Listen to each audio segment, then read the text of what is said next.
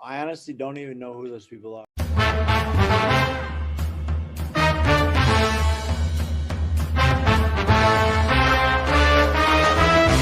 No black cats, just straight facts. Triple P certified. Listen, we can talk about odds all day. It doesn't matter what the odds are. It matters what's gonna happen.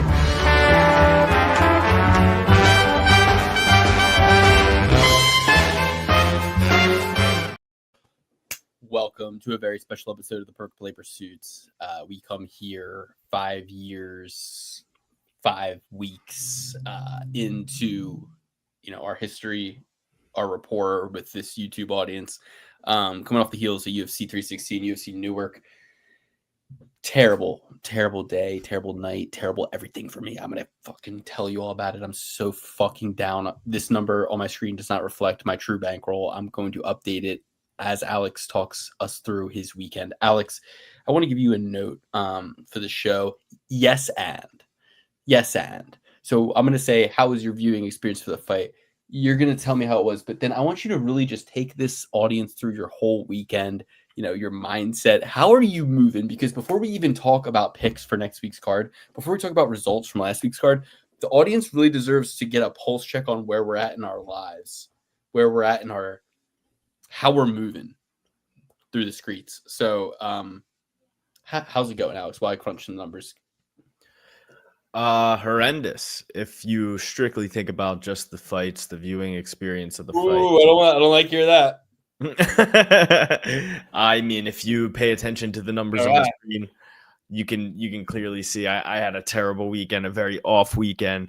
Other than that, though, hung out with some family, hung out with some friends, went golfing with our brother and father, and had a great time golfing yesterday. Other than that, though, did an escape room on Friday. Escape rooms are so great. How many times have you done an escape room? I've done like 6 escape rooms in my life. This one, very fun. At the end, you have to sacrifice a member of your team, and they put you into a little tube. I volunteered as tribute. They take you out the backside of the tube and then dress you up like the serial killer that we've all been running away from the whole time, and then you bump out and scare everyone. It was really cool. Damn, that sounds so fun. Yeah, it was like a whole Saw-like bathroom situation that they were in. It was pretty spooky. They were jumping out of their sneakers on that one. That's crazy. That sounds amazing. So I've never done an escape room, so I'm gonna, like, now that everyone's kind of gone through the escape room journey, they know which ones are good, which ones are not so good. I was not an early adapter, so like I'm now excited to see like what who wants to kind of take me on the journey. Like, Luke, I'll show you a really cool one. I'll show you a great one. Trust me, Luke, I got the escape room plug. Like, this is what I'm looking to hear, and then have people kind of bring me. So, guys, last week we had our boy Mike, 3-Finger Mikey, Two Fingers. We had him on the show, and I really enjoyed having Mike on. I thought he was cut from the same kind of cloth. He's from Upper Western PA, almost like an Ohio guy. Seemed like a good guy to me. I personally want Mike to know that it's not anything, personal. What I learned doing that episode was that I'm not ready to love again yet. You know what I mean? Like, how it is for me is Dan, he's just because the perceived wife that he has. This Dan is like, my guy, right? Dan is my college fucking roommate. When it comes to Dan, I can say anything to him and know that he's not going to like get upset, or I guess so I thought, right? But my point is that I did like doing the show with Mike as the third chair, but ultimately I'm in a healing phase right now. So it's like I can't, like, I don't want to like another person yet. You know what I mean? Like, that's what I learned from doing that episode. I was want like, Dan back. That's all I want. yeah, like I want to do the show with Dan, or I want to be unhappy doing the show. Like it's pretty much just that. That's how I'm feeling. What I will take is a therapeutic massage. That's what I would love. Like if the artist formerly known as Athena wanted to be our third chair, that to me, how that would feel, that would feel like somebody coming in, giving life support, giving a therapeutic massage. If other folks like in that vein, like when Joe Solecki came on, that felt like a therapeutic massage. Like I need comfort, right? Cleansing. Yeah, I need comfort. Like, to be honest, I thought I was ready to start just ruthlessly, coldly kind of seeing what's what. But ultimately, what I learned from doing that episode with Mike is that while I did enjoy it, I liked him, it was too much too quick for a guy like me, you know? And I guess part of me wanted to just, I mean, listen, the show must go on, right? But I don't know. I don't know what to tell you. What to tell you guys, you know? I was crunching. Yeah. I need Dan back. If it's getting to a point where Like, I don't know. Alex, sorry, I don't mean to keep interrupting. Sorry. It's fine. I just don't know how much life the show has left at this point. I'm starting to think that the show can end any minute now. And Dan, if you're out there listening, come home. We miss you. We need you. Dude, honestly, like I was thinking about it, and part of me was like, I was just like, you know, I when he first said he needed a break, I was like, didn't even faze me at all. I was like, no worries at all. But then over time, it's actually started to affect me more and more. You know, it's actually started to make me feel like physically wounded. You know. Absolutely. I know exactly how I feel. It's just not the Like, same.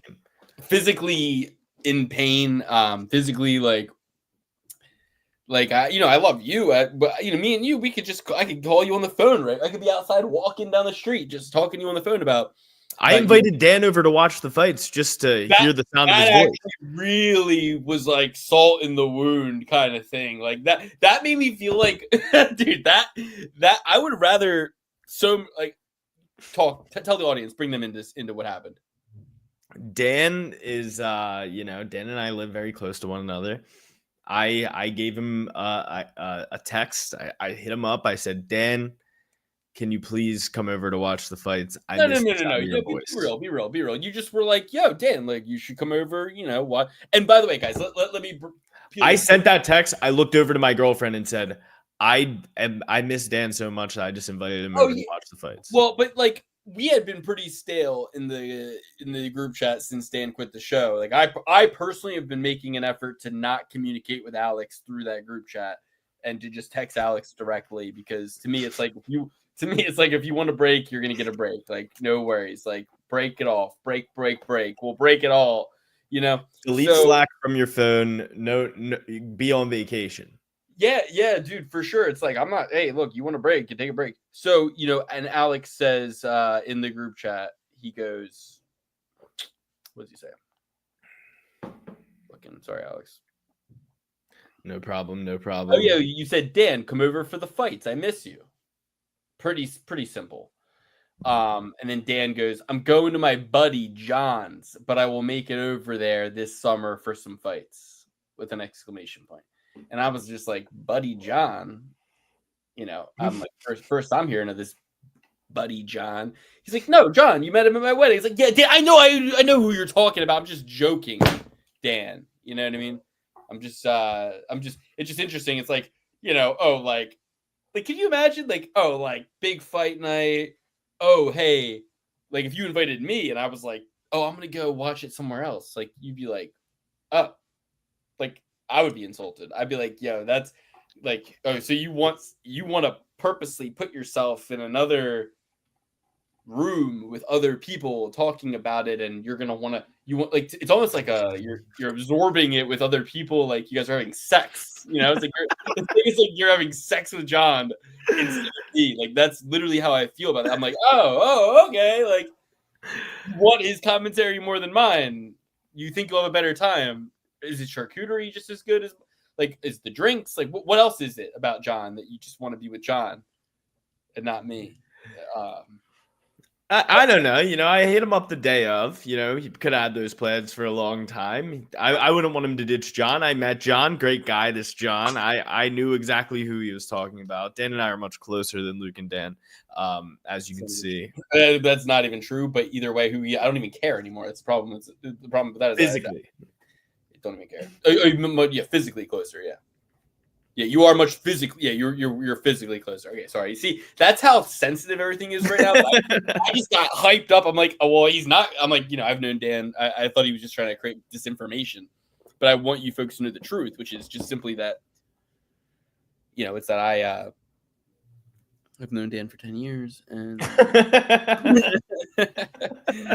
and if you watch the fight with some guy that he just met, then hey, that's fine. Then you go have your fun, Dinner will be cold when you get home. But yeah, the fight night, the most I won all night was I beat my friend in chess while we were watching the fights. It was not fun. I did not have a good time. I hated so many things about that card. I hated the heart. There's no heart anymore. There's no more. There's no heart. There's no more pride. They say pride cometh before the fall. We'll at least have a little damn pride. Merab was telling Sean O'Malley he humbled him since the last fight, the entire week of the fight. We saw an O'Malley who knew he was going to lose, and that's the only reason he tapped to that. That's crazy. Yeah, that was, to be honest, like we hear Chael Sonnen talk a lot about you've never actually seen a submission in the UFC. A lot of what you're seeing is a guy who is afraid of the future of the fight. He's taking inventory. He's looking for a way out of the match. He's realized that he's not going to be able to win. All these different things that Chael has taught us over the years, right? Yeah. And that's what we saw. I mean, we saw Sean be able to fight and get up to his feet based on his determination, but also Merab having a certain amount of gamesmanship allowance to realize that if I just let Sugar Sean build up and take him down again and do that 2 or 3 times, he's going to completely wilt and fucking break. And that's exactly what happened. It was not that Merab understood jiu-jitsu in this more sophisticated way than Sugar Sean did. And Merab was able to get that choke in using this secret backdoor method that only Henry Gracie and Brian Ortega know. It's like, no. What happened fucking was that Sugar Sean it was tired. He was exhausted, and he got taken down again and again and again because Merab was psychologically manipulating him to get him into a point of mental and physical exhaustion to where he wanted out of that fight. But here's what people aren't going to talk about. Merab was tagging him on the feet. Yeah. He was whooping his ass. Like Merab was beating the fuck out of him. And right before the fight, I started to think, I was like, it's only been 8 months since the last fight. And if he had a torn labrum and had to get a surgery and then a rehab, like he's going to be way worse. And I'm like, why am I? I was like, this is crazy. Obviously Merab by finish, man, he broke Sugar Sean by just being in better shape than him, having improved more, being fresher. He tagged him on the feet. I think Sugar Sean was afraid that if he didn't just get out of there, he was going to lose in a more embarrassing way. I mean, he felt himself getting tired. He felt himself unable to compete, and he wanted out in a safe way. And we always say it, like, usually when guys rematch, the guy who won wins, and even more dominantly than they did the first time. But younger one, but they're pretty close in age. It's not that crazy. But yeah, you are correct. No, that was impressive. Sugar Sean O'Malley definitely found his way to the door and saw himself out. Didn't love what I saw from him. Don't know what he does from here. Probably maybe weight class change, fresh coat of paint, restart yourself at a new weight class. 45, tough weight class, but kind of wide open right now with Ilia Topuria leaving. And Volk already beat a lot of these guys who are at the top of the weight class. Yeah. Well, I finished doing my calculations. Yeah.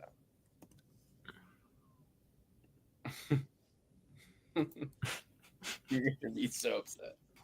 Oh, no.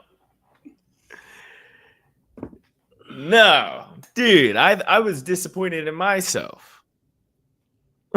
Didn't you have like $2,000 a couple of weeks ago? But what's that say? 3-3, 2.93. We're going to go ahead and round up.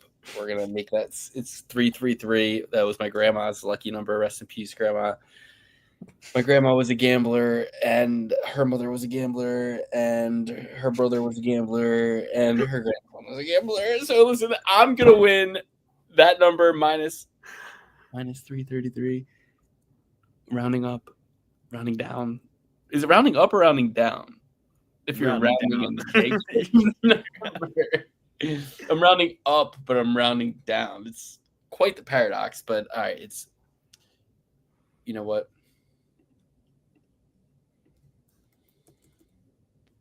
Screw it. We're gonna round down or up. I don't know, but either way, we'll give DK that extra 7 cents and call it a day. Oh Guys, my gosh. You see me here at my lowest point. You know, I don't expect anything. I don't expect anything to change, to be honest with you guys. I just don't know if this is our thing anymore. I think Dan had the right idea. I'm watching these fights and I'm like crying. I feel like crying. I'm watching these fights and I'm like, I don't enjoy this. Nothing I ever want to happen happens ever. This sucks.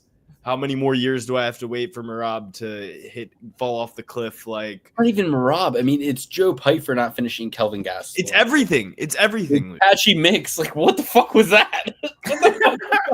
Dude, I literally looked at that. I looked at that parlay that I built. It was Sugar Sean, Joe Pyfer, Patchy Mix, and Kevin Holland. And I go, who's gonna ruin this parlay for me? And I was like, Patchy Mix is gonna ruin it. I was like, because every smart mark in the cheap seats, every fucking casual gambler, professional bettor, like all these guys, like they're out here picking Patchy Mix, and all these hardcore fans. And I said to myself, I go, Luke, when's the last time you ever watched a Patchy Mix fight? And I was like, and I said to myself, in my own brain, I went, you want me to be honest with you, Luke? I've never seen a Patchy Mix. I was like, I had never, ever, ever, ever watched one fight ever. I never saw that Bellator was putting on an event. And I said, you know where I need to be when Bellator is putting on that event? A couple times I did. You know, I watched Ngannou fight in PFL against, you know, the guy, Despenge. Henan Ferreira. Yeah, you know, it's like, you know, I've made a point. I went to a Bellator event live. I watched Michael Chandler fight Brent Primus live. You know, I mean, I've watched Fedor Emelianenko versus Matt Mitrione. You kind of buried the lead on that one. I come from the era where you only actually like watched stuff outside of the UFC if you wanted to be cool. Like I was a Strikeforce, Dream, Pride. Fucking what else? M1 Global. I was like a fan of Affliction when they were putting on those events. I was a fan of like everything. Like I'm telling you guys, like I've grown over my tenure as a UFC fan over 20 years. And I've grown and I've gone, okay, now I'm just gonna watch the UFC for the most part. 90% of what I watch. Not that you've grown. The UFC just bought everything that you liked and ruined it. Yeah. So I've stopped trying to be like all those guys like that are on Instagram or LinkedIn or Twitter, and they're like, oh yeah, like I'm like yeah, I'm like a hardcore fan. Like it's a race to the bottom, guys. Those guys are morons. Like they're just trying to get their tweet put on the UFC broadcast. They're idiots. They're the equivalent of hipsters. Like we don't ever pay hipsters any mind. You know what I mean? Like hipsters are the biggest dorks. They're out here like, yeah, but does he know who Gopalio Tepe Kuneshin is from Japan? No, he does. It's like, yeah, nobody knows who Gopalio Tepe Kuneshin is from Japan. Like, we don't care. Like, stop. It's like the guys who want to tell you about a band you never heard of. You know what I mean? It's like, oh yeah, but trust me, listen. If they're anything, we'll see them in the UFC. And then when they get to the UFC, you'll be the one saying they got fraud checked. Like, it's like, it's like you'll be the one, like, once they become cool and everybody knows about it, you'll be like, yeah, fraud checked, though. I always knew that was going to happen. Like, so, I don't know. Yeah, I mean, you said it best. Comment what you thought about the card this weekend. I hated it. I mean, Mario Batista, he's a piece of shit. I hate him. I hate Kayla Harrison. I hate Joe Pyfer. I hate Bruno Silva. I hate Mirzakhanov. I hate Spivak. I hate Cass Williams. I hate Da Silva, Dos Santos, Lipitsky. I hate Cholinsky, and I hate Ajmus. I hate everybody who fought this week. And I didn't even pick all of those people. I just, I'll tell you this. I switched to Gustafsson. I knew he was going to beat Cass Williams' ass. I picked Acosta on the show. He did win. It was a robbery. He shouldn't have won, but Spivak is a wincer, and he's ugly, and he's an idiot, and he's a vampire, and he's Nosferatu, and he's a fucking idiot, and he shouldn't fight like that or be like that or act like that. But he does, so he loses. So that's what you get, Spivak. You get to, what you get to do? You get to fucking lose because your body language and your facial cues were that of a loser. You were going like this. You wince, and it's disgusting. It's despicable. You're already so unflattering to look at and so ugly to look at that when you combined you got to be mewing, as the kids say, you got to be trying your best to put on a Tom Aspinall type of jawline. You know what I mean? You got to be trying your best to be like, but instead of doing this, I'm fine. Instead of you being like, I'm Black Jag, I'm Carlos Ulberg, trying your best to really like sell it. Here's you. I'm the girl from Willy Wonka and the Chocolate Factory. I'm whining. I'm crying. I'm mad. Violet Beauregard. I'm a garbage pail kid. You look like a garbage pail fucking kid. You look like a garbage pail kid. You look like the kid that when I was growing up, I looked at him and I went, smells like shit, doesn't wipe his ass properly, and is you know what I mean? Like when you're fighting, when he's making those faces, he's like, it's like he's like, oh, like he gets hit, he just reacts. It's like Fedor Emelianenko,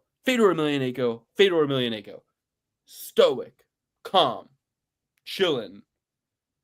If you can't be fucking Carlos Blackjack Goldberg, literally mewing in there, then you got to be at least be Fedor Emelianenko.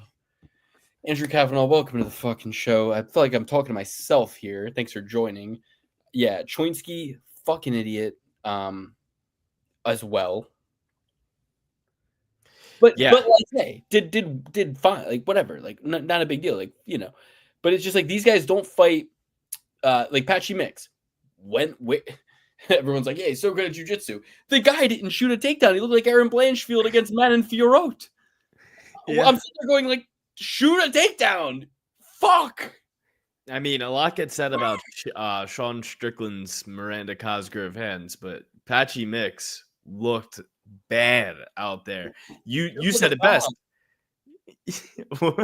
Or like, he looked like one of those like dummies. Like, just, like, yeah, he looked like somebody had him on a broomstick and was just like doing this. Like, that was crazy embarrassing. You said it best. Like, he really made Mario Batista look like Canelo hands out there. Floyd Money Mayweather. He was out there piecing him up. It was the guy. What Patchy Mix? He make a brutal. This is Hinato Moicano calling in. Hold on. He's like, he make a brutal. He make a Mario Bautista. He make him looking like a Floyd Mayweather. Hinato, like, dude, the thing is, Patchy Mix. Dude, here's the thing, right? So I build a parlay. I go, all right, this is the fucking real tea, okay? I build a parlay. I go, Kevin Holland. Andrew, hold on. I just said I'm giving the real tea. Hold on. Andrew, you're so right, Andrew. Andrew, you're so right. Listen to this. So I build whatever is good and people like in this sport never wins. You need to understand that. Yes. Well, I mean, the whole theme of the show for so long has been kill your darlings. Do not ever go with the mainstream. Okay. So I'm sitting here and independently we do our show. You got to remember, we did this breakdown like way early, 2 weeks early. So I had been looking at this card for a while. I go, here's my parlay. I go, Kevin Holland, easiest leg of the parlay, which scares me already because it's like, come on, Kevin Holland. He's your easiest leg, like Christ. But I'm like, nope. It's boom. Then I go Patchy Mix. Then I go Joe Pyfer, Sugar Sean O'Malley. Thank fucking God Sugar Sean lost, or I would even be I'd be worse off than I am now, right? But it was a $200 bet to pay $3,000. Okay, and I think it was maybe even no. The first one I did, it was $250 to win $2,000 on that one I just said. Okay, Joe Pyfer money line, Sugar Sean, Patchy Mix, Kevin Holland. $250 to win $2,250. Okay, $2,000 net profit. So I placed this bet. Now for days, it's like 2-3 days. It's giving me the option to cash out for the same amount that I bet. Very rare. Usually it'll be like a small dip or a big dip, but this one was the same amount that I bet. You can cash out for this amount. So I start to go, why? Why am I seeing this? Is this my ancestors communicating to me from the great beyond, telling me, Luke, notice this, cash out, this is going to lose. So I do what I do in my job, which is basically like I do an analysis and I go, okay, which of these legs, what I say to myself as an exercise, I go, what am I going to be saying Sunday morning? Who am I going to be saying, fuck this whole parlay, all the shit? And I was like, Kevin Holland, no. For some reason, I don't think it's going to be him, even though he's the usual suspect. So, no. And I go, okay. And then I go, Pyfer, no. Sugar Sean, definitely not. I was very confident that he was going to be able to win. Then I go, it's Patchy Mix. And I say, Luke, you've never watched Patchy Mix fight, and you're willing to pick him against Mario Bautista, who you have watched fight and seen do really well. So much so you're mad at him for how well he did do in his last fight. So I'm like, all right, fuck it. Cash out, rebet it. Kevin Holland, Mario Bautista, Joe Pyfer, Sugar Sean. Then I see the press conference and I see Patchy Mix and he's talking. He's like, I beat this guy. I beat that guy. And you know what? If he fought those guys, would he win? I don't know. Maybe, maybe not. When he said maybe, maybe not, I go, this is a fucking legend, gangster, alpha, sigma, epsilon, zeta, chi, omicron, pi. I was like, this guy is the best. I was like, I fuck with this guy. I was like, I don't care that I've never watched his fights. Everyone else is on him, and he's amazing, and he's the best, and this is amazing. I was like, he said, maybe, maybe not. I was like, whoa. When he said maybe not, I went, nope, I'm wrong. Boop, cash. So I go back. They're letting me cash out for the same amount again. I go, it's a sign. Again, it's a sign. Again, I cash out again. I switched the parlay, Patchy Mix. Now, thank God Sugar Sean lost. Because if Sugar Sean won, I would have been like, you did the right thing and then you redid it, Luke, you idiot. But I'm like, now I get to at least say, you were never right. You were never right. It was always, but not for nothing. I could have fucking hedged out on Marab. A little bit, at least for what I bet, I could have did a 10% hedge. I could have did like 500 so that I either break even or win 2,500, you know? But either way, it was bullshit. It was fucking bullshit. Yeah, Patchy Mix, very disappointed. Hopefully, I don't know. He was talking a big game. He was talking a lot of shit. If you saw him on UFC Embedded, he was like laughing at Mario Batista while watching film of him, like how bad he is, and like talking a bunch of shit. I think that's where it was. Maybe it was on his Instagram, but nonetheless, I love when guys do that. It's either excellence, pure excellence, or pure defeat, and we need that. Mimsy, you said switch the map. So I switched it, then I switched them. Yeah, I switched it, then I switched it. I was like, yeah. It's like, Yes. The Special Olympics kids. It's also the Princess Bride. You know, I look at it and I go, where am I going to be wrong here? And then I go, it's this one. And I go, well, I'm going to be wrong because I switched it. And then I'll be thinking, that was the one. I switched the one, and then I would have had it if I didn't switch it. So it's really a self-defeating prophecy.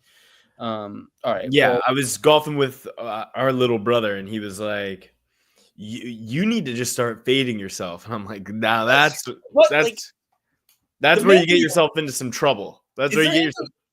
Is there anything fucking worse than all these people who want to tell you you have an addiction, you're a degenerate, you need to stop gambling? It's like, you're not the fucking man in the arena, dude. Like, oh yeah, it's easy for you to say. Like, takes no risk, puts nothing on the line, doesn't ever fucking get out of your own little comfort zone bubble. Like, not our brother, by the way. I'm talking about like anybody who's ever like, man, it's like whoa. Like, everybody wants to help eat the bread. Nobody wants to help make the bread. You know what I mean? Nobody wants to be like, well, maybe you should. Like, how about this? If you want to give me gambling advice, here's the gambling advice I want. Hey, Luke, I got some money for you. What can we do with this? Hey, Luke, I got my tax return. It's like $2,350. What can we do with it, in your professional opinion? By the way, not professional. Just kidding. Entertainment purposes only. Not financial advice. But it's so like you're the best advice you can get while gambling is somebody asking you for your advice, and if you win, you get some money. No, I'm saying give me free money. Help. If you want to help me, not lose money, give me some of your money, or shut the fuck up. You know? Yeah, you know what would be the easiest way to prevent me from losing money? Give me some of yours. And I could use it for sure. It was excellent. I saw Steve will do it and Togi were talking, and Steve will do it, or Togi says, he's like, that's the thing. You're on a heater. When you're on a heater, you can't stop. And then when you're not on a heater and you're losing, you're due. So you can't stop. I'm not addicted to gambling. There's just two very distinct reasons that you need to. Yep. I couldn't agree with that more. I gotta piss. So guys, talk to Alex in the comments while I'm gone. No, he says, give me some. You have to put those comments on screen. I can't. You know? Yeah, exactly, Andrew Kavanaugh. It's just like let's come up with a plan together to help me help you kind of thing. I gotta pee. All right, Alex, just here's the thing. We're gonna be breaking down UFC Father's Day, UFC Buckley versus Usman. It's a great fight. I'm excited for it. Everyone's excited for it.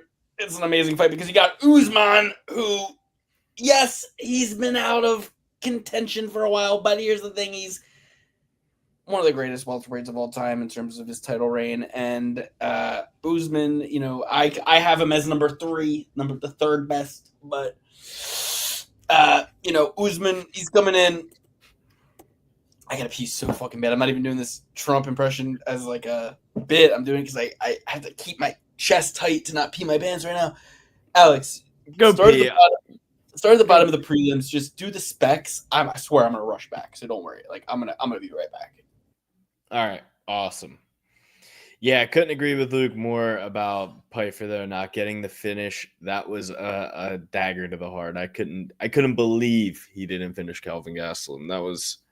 That was rough. Anywho, we'll get on to the next card. UFC Fight Night, Saturday the 14th. It's going to be a good night. First fight of the night, we got Vanessa Demopoulos versus Jamie Linhorth. I'm going to go with Jamie Linhorth, and one reason why you mentioned Pfeiffer. You mentioned Pfeiffer. I did mention Pfeiffer.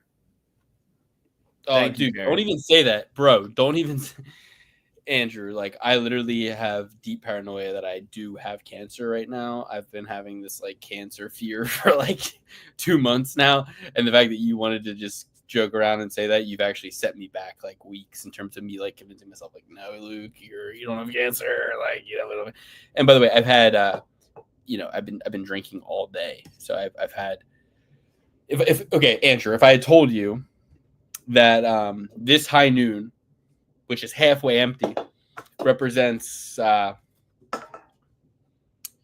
one of many that I've had today. Would that do anything for you? Would that make you think, hey, maybe Luke's healthy? He just had to pee. He's been doing the show for 36 minutes. Maybe he didn't pee for like 30 minutes beforehand. It's been an hour. He's drank a lot. Like maybe, Hey, Carrie. Hey, listen. We're having a bad time here, Carrie. All right. Look, Joe Pfeiffer should have knocked out Kelvin Gastelum. The fact that he didn't was underachieving. These guys don't do what they fucking should do in the UFC octagon. They don't care about performing. They are very content. We have kind of like a millennial era UFC fighter, who just is like, yeah, it's all good because like the Nelk boys and like the fucking Aiden Ross is gonna like give me $50,000. So like I don't really need to get a bonus from like ew like the mentality of these guys who fight in the UFC these days is disgusting. It really takes like a Tom Brady mindset to actually like have any sort of star power. Like Ilia Topuria is already rich. Like if he stopped fighting today, he's like plenty rich, yet he's out here like chasing greatness. It's like money doesn't really matter. They should really pay these guys nothing. The fact that some bums get to live comfortably in a $300,000 house that they paid off and not have to work because they make, money off of autograph signings. Like the fact that some of these guys get to do that, they should be plumbers. They should be electricians. They should be, and by the way, these are great jobs. They couldn't even be those jobs. They should actually probably be like, I don't know. Gas attendant. Yeah. Like they should, but I don't want to disparage any job because I think like any job is a noble job. Like, but what I'm trying to say is, I wouldn't say that. Hitman is very noble. You got guys in the UFC that are like, I want to have passive income, and they're lug nuts. You know what I mean? Like they're lug nuts. They shouldn't be fucking getting passive income. They should be out here fucking working like very hard. You know what I mean? And I'm not talking about Anderson Silva. I'm talking about like, Walmart. No, a Walmart greeter is a good job for like a retiree or like a somebody. What I'm trying to say is every job's appropriate at the level, but you got fighters who fight 3 times in the UFC and are out here like, yeah, I'm going to just kind of have passive income. It's like, no, you're not. You don't deserve it, and you shouldn't have it. They should be paying us for and Carrie. So remember when I said like it's a bad like okay, so a lot of these fighters, they get off the plane at the airport to go to the fight, and there's all these people who are paparazzi, and they're like getting them to sign stuff, and then they're going to resell. And the fighters get all annoyed. They're like, they're going to resell this on eBay. It's like, hey, idiot. They wouldn't be able to resell it on eBay if somebody wasn't willing to buy it off eBay. The fact that somebody's willing to buy it off eBay means that they are doing you a favor by giving a fan who's probably in a fucking wheelchair in Nebraska and can't get on a plane, fly to the airport you're landing at, and ask you to sign their fucking Dustin Poirier action figure. They're, in fact, giving that person the ability to use their Social Security welfare check, disability check, whatever, to buy the fucking autographed action figure that they want and can't physically access. So it's like, yeah, the people who are meeting you at the airport and getting these goods signed to sell to people who want them, it's not actually like fucking you over at all. It's creating a marketplace for like your brand and like getting people access. I'd say it's killing a marketplace because you could be signing shit and selling it yourself. Go ahead. Of course. Loser. And it's like, yeah, you know what you should do? You should sign a few of them at the airport when these people ask you, but then you should start your own marketplace and sell it for half as much. And either way, you're still fucking making money and you're still providing a service and a good.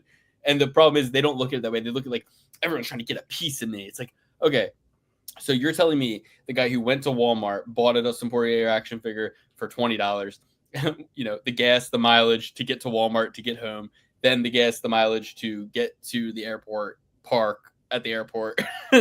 Super easy to do. Everybody knows parking and getting to and from an airport is like the most convenient thing ever. You know, this guy goes there. He waits for your ass to get off of a flight, off the chance that you actually took the flight, that he looked up online, you know, somehow, some way, and found. This guy is somehow screwing you when you take 2 seconds of your life to sign the autograph that he'll be able to mark up what? $20 from the 20 he bought it.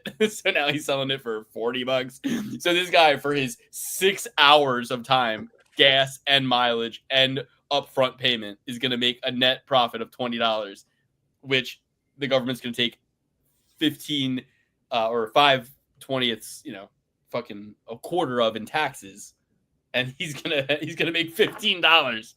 You know, 5/20ths. I can't believe you just that was where your brain went first. 5/20ths. Well, I'm just saying, like, the government's gonna take $5 out of the 20 you made, you know, for sure. And then that's the point. It's like all these guys they're so idiotic. Like, they don't think about it for a second longer and to think, oh wait, if there are people willing to buy my autograph and they're so big of fans of mine that they like will go and buy it, then that means that like I have a pretty healthy fan base, and that means that this guy helping like fuel that fan base by giving them what they want and allowing them to become deeper and deeper and deeper fans of me. He's actually doing me a favor. I should be paying him. Kerry, you are right. You're right, Kerry. You're right. That you. And Joe Selecki, by the way, Joe Selecki owes us a pair of fucking. He said he was going to autograph a poster from the event we sponsored, and he never fucking did or sent it to us. So now, interest, inflation, taxes, Joe, you owe us a fucking PSA 10 Joe Selecki card signed, and I'll hope to make a 30% markup on it, Joe. Oh, so sorry. I deserve nothing. I know. You know? I know exactly what you mean. Yeah, yeah, it's crazy. Jamie Lynn Horth versus Vanessa Demopoulos. Capital gains tax doesn't kick in if you hold an asset for over a year, Andrew. Try to keep up. Andrew, if you hold an asset I'm not a day trader, Andrew. You hold an asset for over a year, you don't pay capital gains tax, all right? So don't worry about that. I have no idea what you're talking about, brother, but I know long-term capital gains tax. You don't pay short-term capital gains. But by the way, none of this is financial advice, and this is all entertainment purposes only. And I've had 12 alcoholic beverages today, so take nothing I say seriously. It's been 45 minutes. I have to go. I am literally, guys. This podcast is actually not for entertainment purposes only. It's for Luke getting away from his family to talk to his brother for 2 hours a week and drink as an excuse. I tell my wife we have 20,000 subscribers, okay? I'm selling lawn furniture on the side. I have a successful lawn furniture business. I tell her it's all coming from the podcast. She has no idea about the lawn furniture business. I sell more lawn furniture. It would make your fucking head spin. If she knew that, she'd shut this podcast down and be like, focus on the lawn furniture. But what I do is I do the lawn furniture business on the side. I sell Adirondack chairs, hammocks, stools, campfires, seats, and the biggest seller, seats for children's sporting events like soccer chairs and stuff, you know, for the moms with a wine glass cup holder thing, you know. And I sell this stuff and I make like $20,000 a month from it, but I tell her that it's from the Patreon, that she lets me do the podcast. She has no fucking. We actually have more patrons than we do YouTube subscribers. It's we reverse engineered it. You know, we thought 20,000 Patreon subscribers. I have a successful business. I have to launder the money through the Patreon, so my wife will allow me to drink, gamble, and do the podcast. I'm like, well, I have to get drunk because it's entertainment. I got to be entertaining for the audience. She goes, you're right. And then I have to do the podcast, and then I have to watch the UFC. And when I'm watching that UFC, I'm diligent. I'm like, babe, this is our moneymaker. I'm making $20,000 a month from this. It's because of my business. It has nothing to do with the gambling. I'm losing money gambling, but I'm like, it allows me. This is all just an effort to. And you know what? You get the funniest fucking thing is, just like those Luciferian Freemasons, just like the cabal, just like the Illuminati, they put the truth in plain sight. They come out and they tell you, yeah, we're doing this. It's their Luciferian oppositism. It's their karmic balancing. It's their ability to put it right in your face. Truth in plain sight, plain flat earth. They put it right in your fucking face so that they don't actually have to reap any negative karma from it because they told you. So I come right on this podcast and I say what I'm doing. My wife will never watch it. Will never watch it. So, you know. When it comes to the wrestling, when it comes to them getting in the wrestling ring, there's nothing up there. They're all oatmeal north of the eyebrows. They're all, we teen it for brains. You know what I mean? So what my wife don't know, don't hurt her. God, man, woman, dog. Plain and simple. Plain and simple. You know. Sorry. We got a couple ladies starting our night off over here in. Where is this at? This is in Atlanta. This is in Hot Atlanta. This is going to be in front of a live crowd, not Vegas, Luke. Oh yeah, Hot Atlanta. Great spot to be. You said it's on Father's Day? That's next weekend? It's this weekend. And Father's Day is this weekend. And Father's Day is going to be this weekend. Yep. Very nice. Okay. Yeah, Father's Day is this weekend, and then my son's baptism is the following weekend. So I'm gonna you're booked back-to-back weekends, back-to-back Sundays. You're booked, bro. That's a shame. That's a shame. I should have gotten my money's worth and not booked any plans this past weekend. I was all over the place this weekend for no reason. I'm going to escape rooms. I'm going golfing. I didn't need to do that. Listen, that's a spice of life, though. Like a lot of people really weigh themselves down with these, like the burden of plans. But it's like, no, it's a spice of life. It's like you're living life. You're having fun. I gotta clean my room. I gotta do a bunch of stuff. I gotta make sure my office is spick and spam. I can't be. You do that during the time you're working from home remote. Like what you do is everything that needs to be done in your life and everything that needs to be done in your career, you overlap those two, you combine them. I just turned a week into 27 days. You add that up over the course. You add that up over the course of a month, you're screwed. You add that up over the course of a year, I'm kicking your butt. You add that up over the course of 2 years, my whole life has changed and your whole life is in the ruins. So when you got a point, you got a point. I think I gotta get on that mouse right here, and I can't tell you, it's not plugged into my laptop. I can't tell you how many times I get on a roll, I get nervous and I start moving the mouse around, and I'm like, it's not plugged into anything. But no, I would have it plugged into my work computer right now as we speak. So they're like, wow, Alex burning the midnight oil yet again. That is so fucking smart. You can't stop that guy. I'm from the Constanzian school of business where I leave the car at the company all night long, you know? Oh yeah, absolutely. You leave that car there, you just say, hey, I'm working. Little do they know you really true, I really am always working. And I say to them, is part of my job not in the realm of theory and like thinking of ideas? And they're like, it is. I'm like, okay, because I'm thinking 24/7. So kind of always working. And that's why you bring Tristan Tate Johnny Walker. He says on a podcast he likes Johnny Walker. You bring him Johnny Walker. Then you get a conversation with Tristan Tate. That easy. I feel like a national bear. All right, let's get into it. Strippus, Vanessa Demopoulos versus Jamie Lynn Horth here. I got to go with Jamie Lynn Horth. I mean, I was wrong about girls with 2 jobs last week with Ardeline, but a dead clock's right twice a day. It's not going to be right this time, or it won't be correct this time. I'm going with Jamie Lynn Horth. You got to go with the girl who looks like she's been in more hockey fights than hair pulling matches. I mean, Jamie Lynn Horth just looks like Vanessa Demopoulos, but like made mean. You know, like if you look at like they're wearing the same top in their Topology picture, they have the same hair color, they have the same facial structure. All Jamie Lynn Horth is doing is making a meaner face. I'm going with Horth. She's got a better record making a meaner face. She's got 5 inches of height. She's got 6 inches of reach. Horth is going to be a year younger. But here's the thing. The year is, they're both 35 plus at 116 pounds. It's year of the dog. Horth has only 2 losses, split decision and unanimous decision. Meanwhile, we got, I don't know. I mean, it's Horth all day. I think it's going to be minus 1,000 Horth. So anything less than minus 1,000, you can consider it a safe bet. All right. Is only Angelusa. I am un Chen.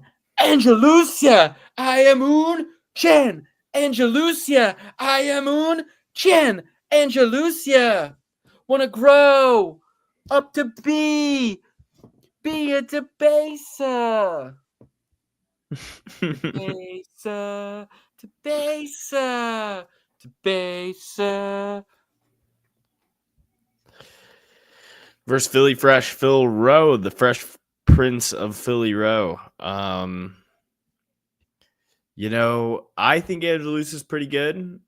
He did lose to Bonfim. He did have that crybaby performance against Brian Battle. Fought against Jack Della Maddalena to get into the UFC.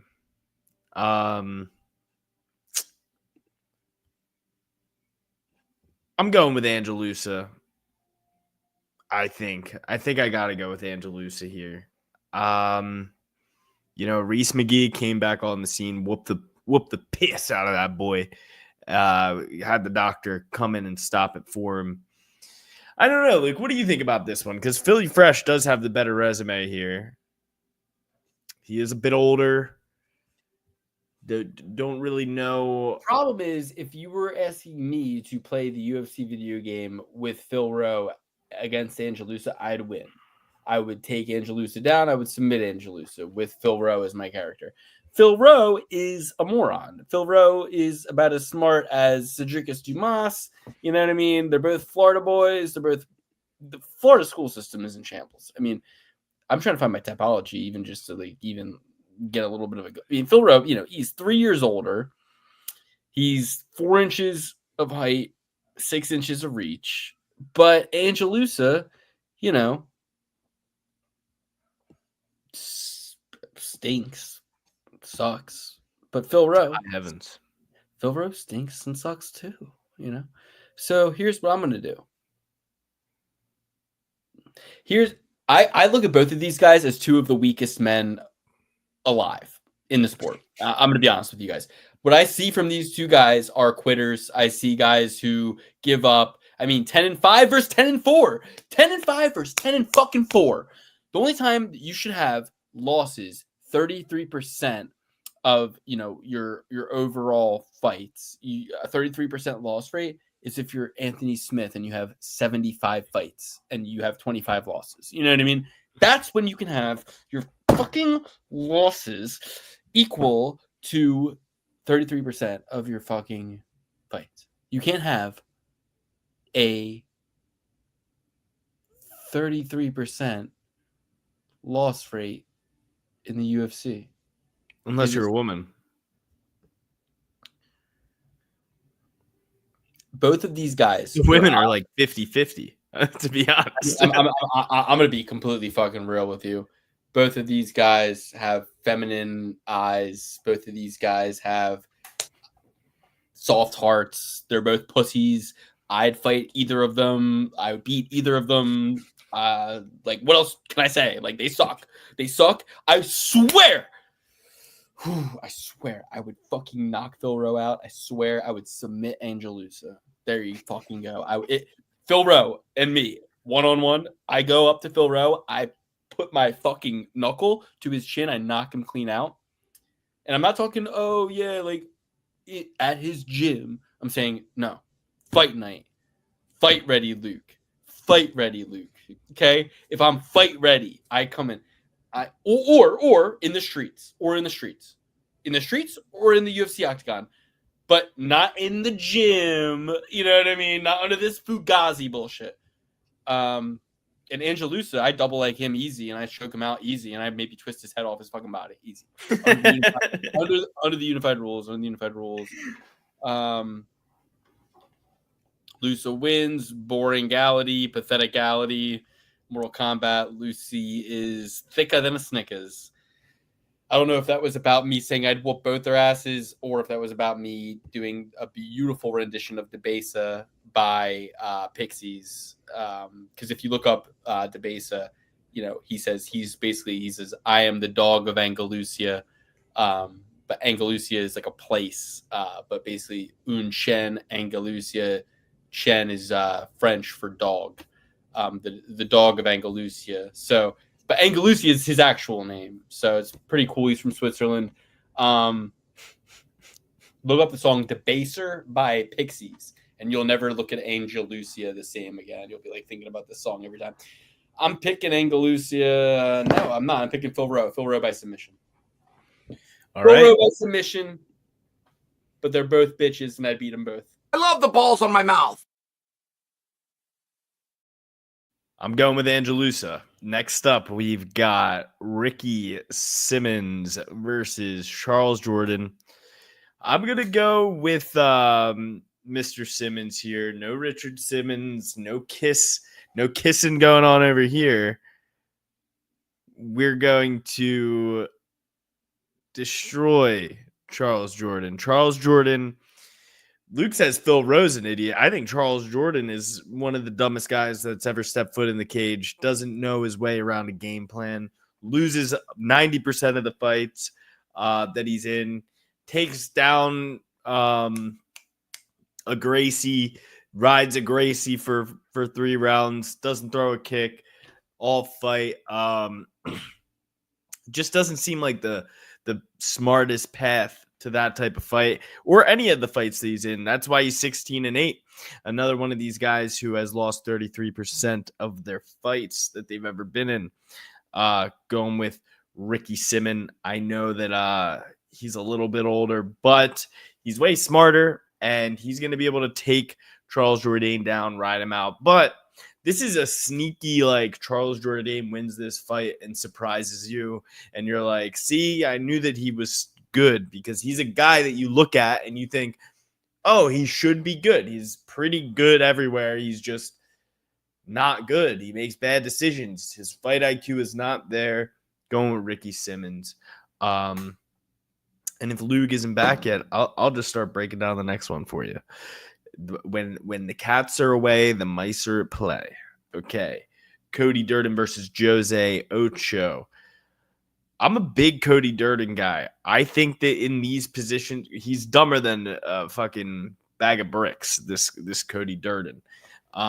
He is another guy, has all of the ability, doesn't have any of the brains. He can take guys down, ride them out, has had great matches wrestling people. Then he goes out there and thinks he's a Thai kickboxer. He's throwing punches. He's sticking his tongue out. And then he ends up getting himself knocked out. It's happened like 3 of the last 4 fights that he's had. Got clipped a bunch by Josh Van. Clipped a bunch by Bruno Silva. He was kicking the shit out of Bruno Silva that entire time. Started drinking a little bit too much of his own Kool-Aid. Gets put away. Matt Schnell. Who can't beat Matt Schnell? Tajir Ulanbekov. I'm pretty sure Tajir Ulanbekov rocked him there too before choking him out. But I'm going with Cody Durden. I like Cody Durden. I like that he's got a little angry side to him. He sees red. He doesn't think. He's in there instinctual, bad instincts. Granted, bad instincts. Not the best instincts, not the best brains. But he's fighting a guy from Peru. He's gonna be able to get this guy to the ground. Load. Thank you, Alex. The market is going with Charles. Pretty Ricky all day. Hell yeah. But he got whooped up on by Loner Kavanaugh. Loner Kavanaugh, is that the Chinese guy? Loner Kavanaugh, Luke? Oh, it's so cold. It's so chilly, Willies.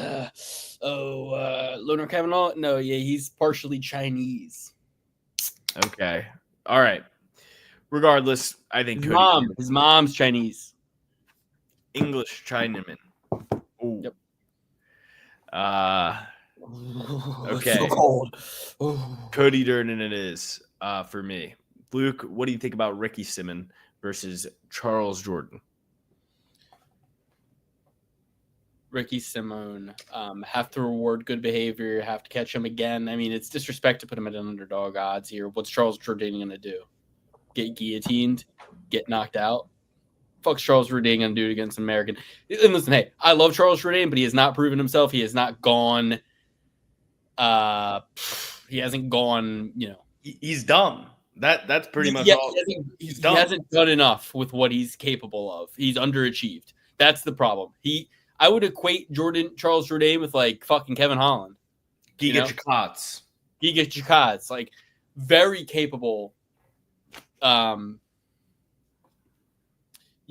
Kavanaugh, he's saying it's his brother. He spells his name differently than you. Just gonna let you know that. Thank you. It is clean. You don't even know what brand this is. If you can guess this brand, you can have the coat. How about that?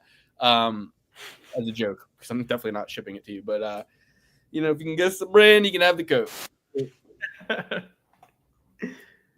And I'm not even gonna say whether or not it says it on right here, because that'll be a big indicator of if they actually fucking know the brand. Because if they just zoom in, they could maybe be like, "Oh, but that's not the brand." Ha! But look, this should be enough. This should be if you're a geo-guesser, it should be enough. You should be able to guess. All right. So who do you have? Cody Durden versus Jose Ocho. Chawa. Oh, Cody Durden all day. Cody Durden. Also another guy who's all day, all night. Dumb as all get out. Him, Brendan Allen. If you put Cody Durden and Brendan Allen in a room, I don't know if they'd be able to find their way out together. Put Cody Durden and Brendan Allen in an escape room, please. That's all I want for Christmas. But if you put them on an island, though, they would be like thriving. Like, you know what I mean? No, they wouldn't even know how to communicate with each other. They'd be like scratching their armpits. It'd be a miracle if they could get fired. They wouldn't need to communicate with each other. But if you put them on Survivor, yeah, they would be doomed. But if you put them on an island, 9 minutes. Cody is going to fuck this guy up so bad. It's a sure bet, surefire thing, 100% lock guarantee. And by that, I mean kidding, lies, jokes. It's like, oh, that's your takeaway? That's fucking illegal. Yes, I've made mistakes. All I can do now is apologize and move on. I don't know what. Guys, okay. Can I just? Yes, please. All I can say is I've made mistakes. No locks, no guarantees. But what I will say is, we love. It's 100% gonna happen. I will say this fight. I can't even say that. We can't even say this fight is 100%. You have to say odds subject to change. Okay. I honestly don't even know who those people are. I think I've got a lock, a guaranteed pick, a 100% going to happen winner, chicken dinner for this next fight. And it's Malcolm Wellmaker versus Chris Montonio. Give me the machine, Malcolm Wellmaker, okay? I think that he's going to go out there. And Luke, if you've looked at Chris Montonio's Tapology page, you'll see exactly why. He's training with Tyson Cartier over there in Boston. He's learning how to take a punt. Huh? Tyson. Oh, sorry. Yeah. He's learning how to take punches. Luke has said it a million times. You walk into the MMA cartel, the Boston cartel, and there's a sign that says defense need not to apply. These guys don't know how to defend a punch at all. They know how to take a beating, and that's exactly what Chris Montano is going to do. Even worse than he did against Sugar Sean O'Malley. He's going to get cleaned up, knocked out, sent back to the B leagues. And, I take no joy in saying that. And look, I mean, when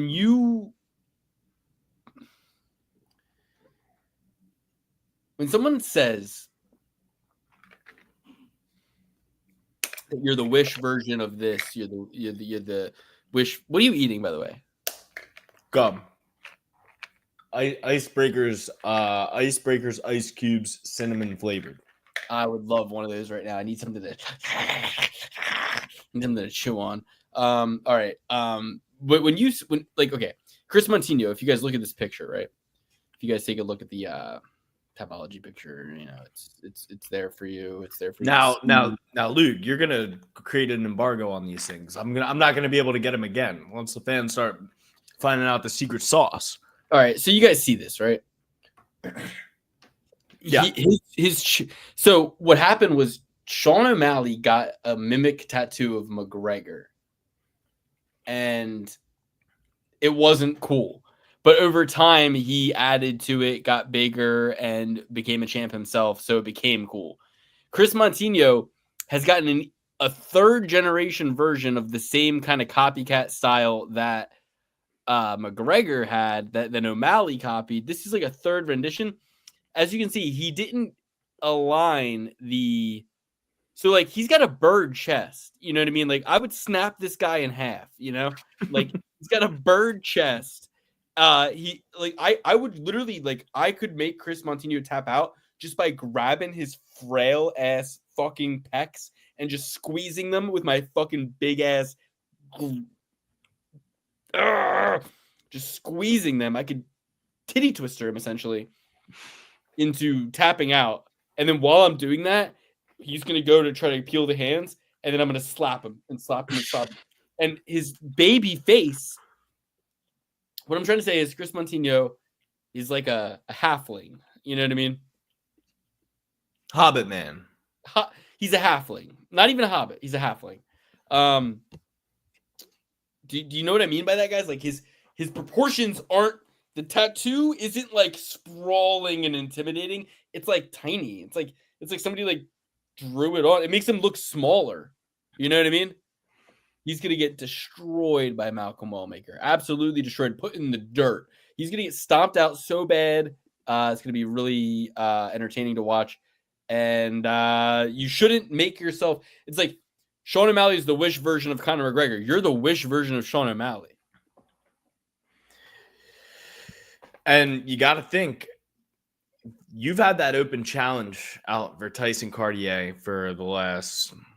5 years? So I'll box Tyson Cartier and Chris Montano in the same fucking day. You know what I mean? Like I will literally walk into their gym. I'll be like, cool, I'll box you and then I'll box you. And then, like, assuming I don't get super exhausted, I beat both. No gym stuff for Philly Row or Angelusa, but you'll make a special appearance to the go to Boston to the cartel. Beat the fuck out of under the signed agreement, the unified rules. Like, you know what I'm saying? Like, I'm saying in a strict competition setting, I would slap the head off of Chris Montano. I'd slap the head off of Tyson Chartier. You know? I'd take Calvin Kattar to the ground with a double leg easily and probably choke him out. You know what I mean? Like, Rob Font, I would fucking dominate on the ground. On the ground. I would pick Rob Font up. He would do his little jab thing. I'd be like, oh, Rob, what are you going to do? Jab me? What are you gonna do? Volume punch me, Nate? It's like, oh, that's your takeaway? Hey, Nate. Hey, Rob Font, what are you gonna do? You gonna jab me? Oh shit! I'm gonna double leg you and pick you up over my head and drop you, as Teddy Atlas says, like a sack of potatoes. Teddy Atlas is like, You know, when a guy can pick a guy up, like he's like, when a guy can pick a guy up, put him over his shoulder, carry him to the side of the ring, and drop him like a sack of potatoes. Yeah, I think that's pretty entertaining to watch. Don't you? I'm like, I never thought about it that way, Teddy. That is pretty entertaining to watch. Yeah, so Malcolm Wellmaker, double P certified. Also, this guy literally Chris Montino, Phil Rowe, Ange Lusa, Tyson Cartier on site for Luke. Freaky yeah. Chris Montino thought he was gonna go to Tyson Chartier gym. Like, it's like a meme. It's like an ironic meme. It's like, okay, the guy who got 350 unanswered strikes landed to his head against Sean O'Malley.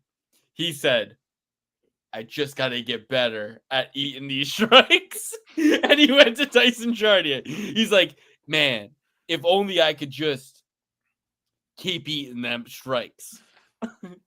Like, who knows how to work with my style?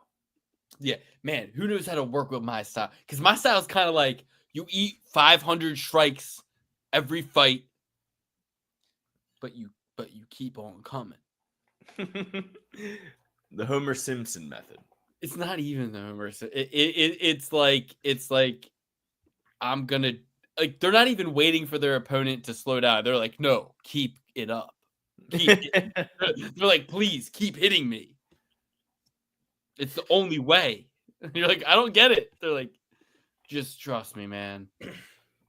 We've got another juicy one after this. I want Dana to be worried about my health after this fight is over.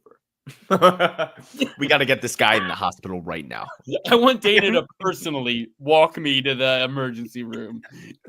We got to get this guy in the back now. Dana's like, yo, this guy's going to die, bro.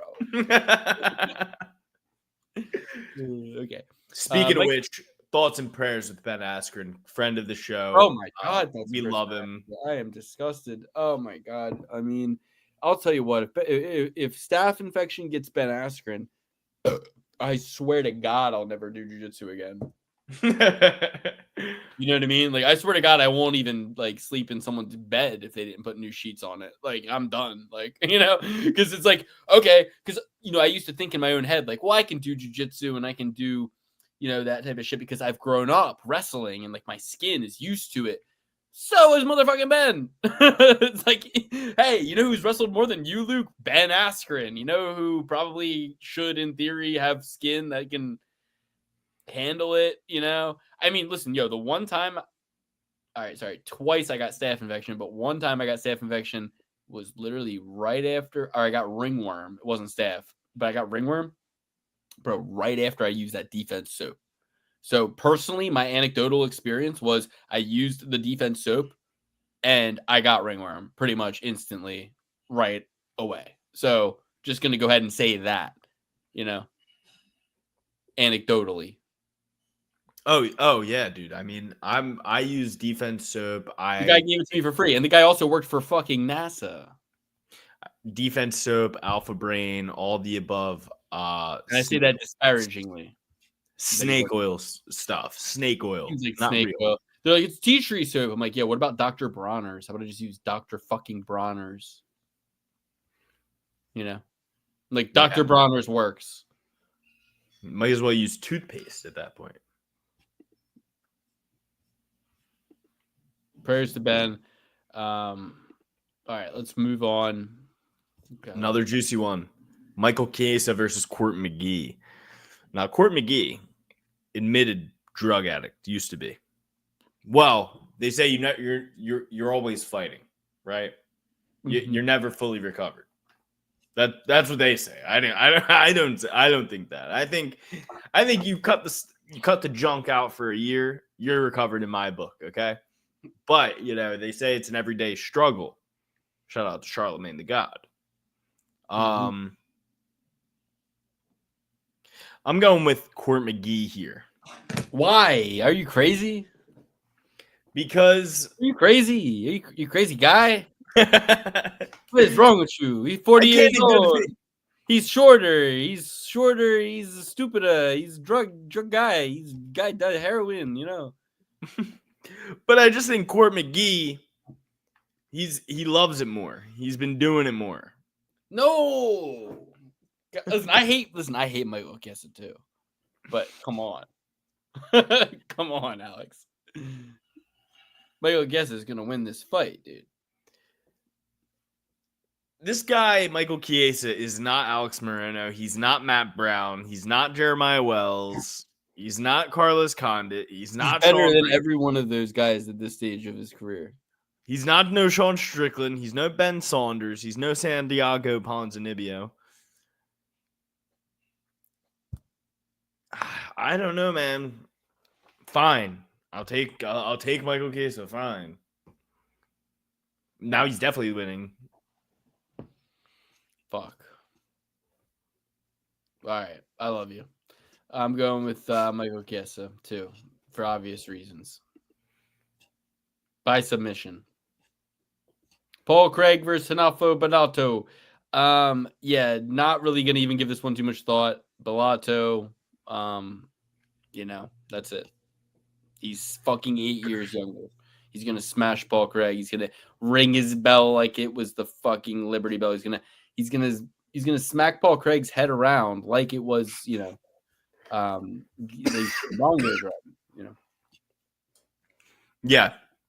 I got to agree with you on this one. Bellato's out there. He's getting dirty.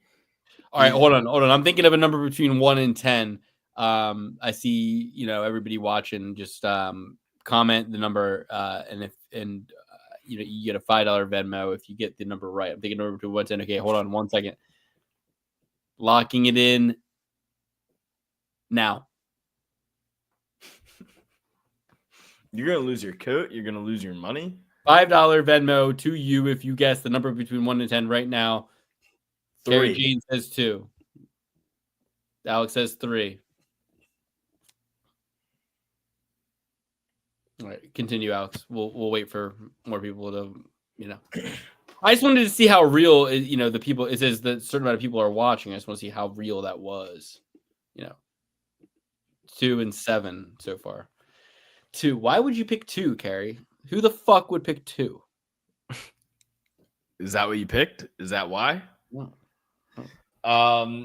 I didn't pick 7 either, but I'm just wondering, why. I get why he would think I was thinking of 7. I mean, it's a little on the nose. It's pretty obvious. Lucky number 7. But it's 2. Why?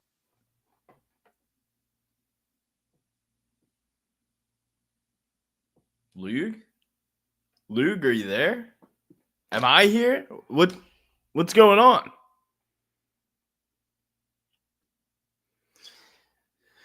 Hold on, guys. I gotta look at the stream here. See if I'm tripping or if it's if it's something else here. Let's see. Perfect Parlay Pursuit on YouTube. And Luke's gone. Parlay Pursuit on YouTube. Luke's gone, yeah. I guess somebody might have gotten the number. I don't know. I'm gonna carry on as though, although he's here when he's not, and I'm gonna start breaking down these fights for you. We got Rodolfo Bellato, Paul Craig. I think this was supposed to happen a couple weeks ago, but Bellato got herpes or something, and they had to cancel it at the 8th hour. They really found out about those herpes really late. Must not have passed the full body inspection that John Jones had done to him. As Paul McCartney says, Big Paul McCartney, he said that John Jones was getting his full body inspection, did a sex act. Once they started to give Bellato this full body inspection, they realized he had been doing some sex acts because he had some herpes, a little herpes outbreak. But I think he's gonna. We're gonna hope he's not flaring up, and he's going to end up getting it done. He's the traitor. A traitor versus a bear Jew. In the movies, the bear Jew wins, but not IRL. The traitor will. My fucking laptop died, bro. Sorry. It's okay. It's okay. Okay, hold on. Shrek 2, number 2, my lord. Shrek 2 is one of my favorite movies. Great movie. Two. Oh no, she's saying Shrek. Two. Pick number 2, my lord. Like from the movie Shrek. Not. I thought she was saying Shrek 2. Okay. But I picked 2 because I love Shrek 2. Like the second, which in my opinion, is the best Shrek of the 4. And they're making a 5th. The 5th is poised to be the worst Shrek. I mean, look, did you see the animation style they did? They cast Zendaya as Shrek's daughter. So let me get this straight. You mix Mike Myers with Cameron Diaz, you get Zendaya. Yeah, I didn't think so. No.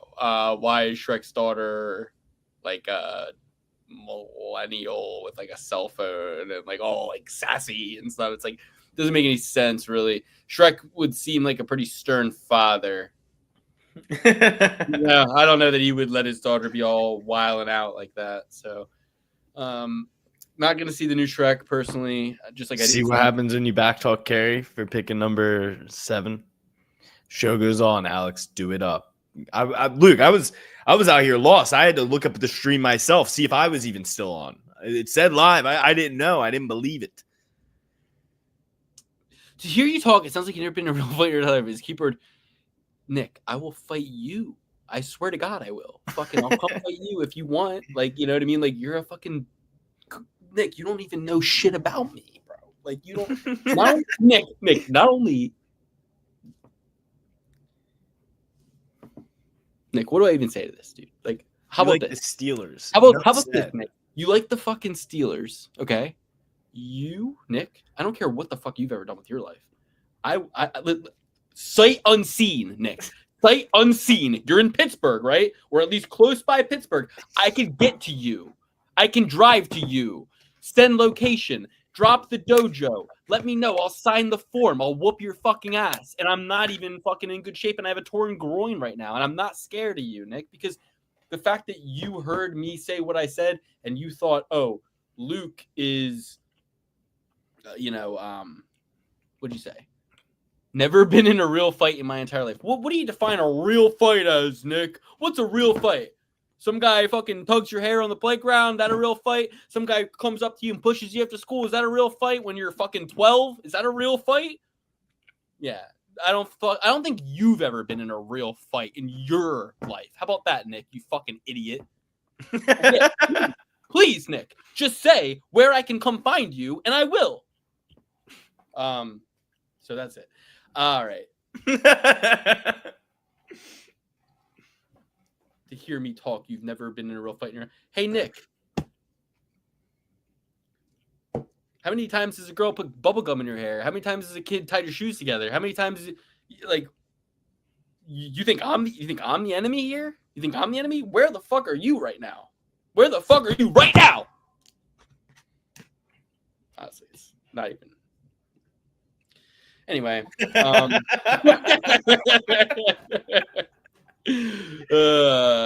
taking Hanafo Bellato. You are too?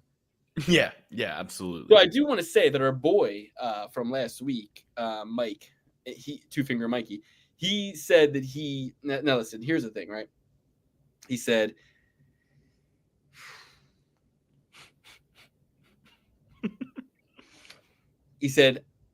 I don't know if this stuff interests you, but he was farting around with AI, trying to get a betting model, ended up with one that across all of 2024 has an 87% pick rate and a 69% method of victory rate. Only 3 fights that match the parameters this next card are Usman via decision, Miranda Maverick via decision, and Paul Craig via sub. So I personally think that, that only one of those is right, and that's Miranda Maverick by decision. I don't think Craig gets the submission here. I don't think Usman gets a decision. I think that both of those fighters get knocked out, actually. So Paul Craig to be knocked out, Paul Craig to get knocked out, Bellato to do the knocking out. Give me Bellato by knockout. And Paul Craig going back up to 205 took his ball and went back home to 205. He was down at 185 for a while. Thought it would be a good home for him, but didn't like cutting the weight. Old man Craig. And by the way, we're all just joking. We all love each other. And Nick, I'm not going to actually come and find you unless I have a waiver to sign and we can compete under the unified rules, Nick. But yeah, we love everybody, and I get it, Nick. Yeah, I sound like I'm sort of also just joshing around here, just joking around, talking, Absolutely. having fun. But when I say that I would beat Phil Rowe and Angel Lusa, I do believe I would, and so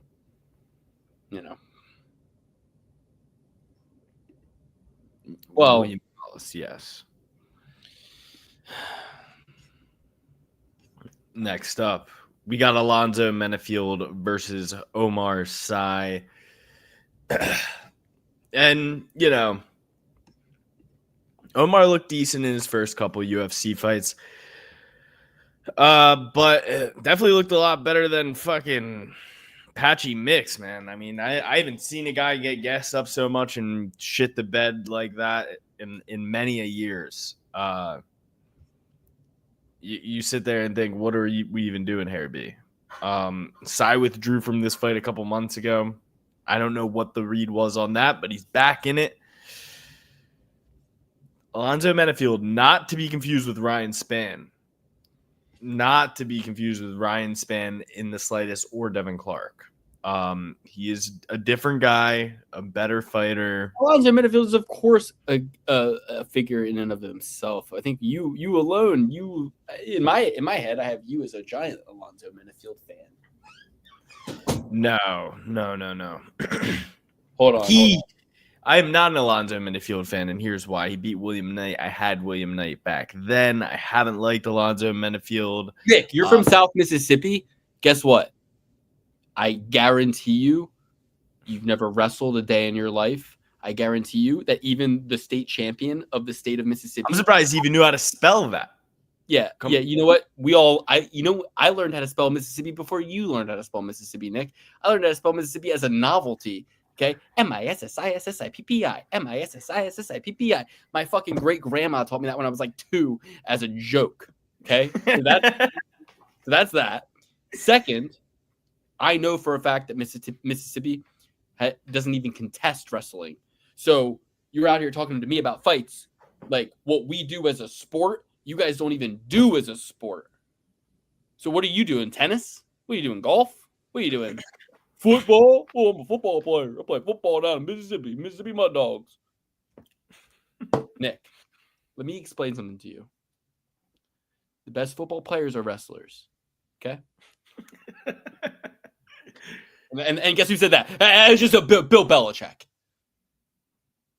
Bill Belichick. Never, what does he say? Never been a bitch. Take the air out the ball just so I can flex. Take the air out the ball just so I can flex. Right? Never heard that one. That's interesting. Bill Belichick.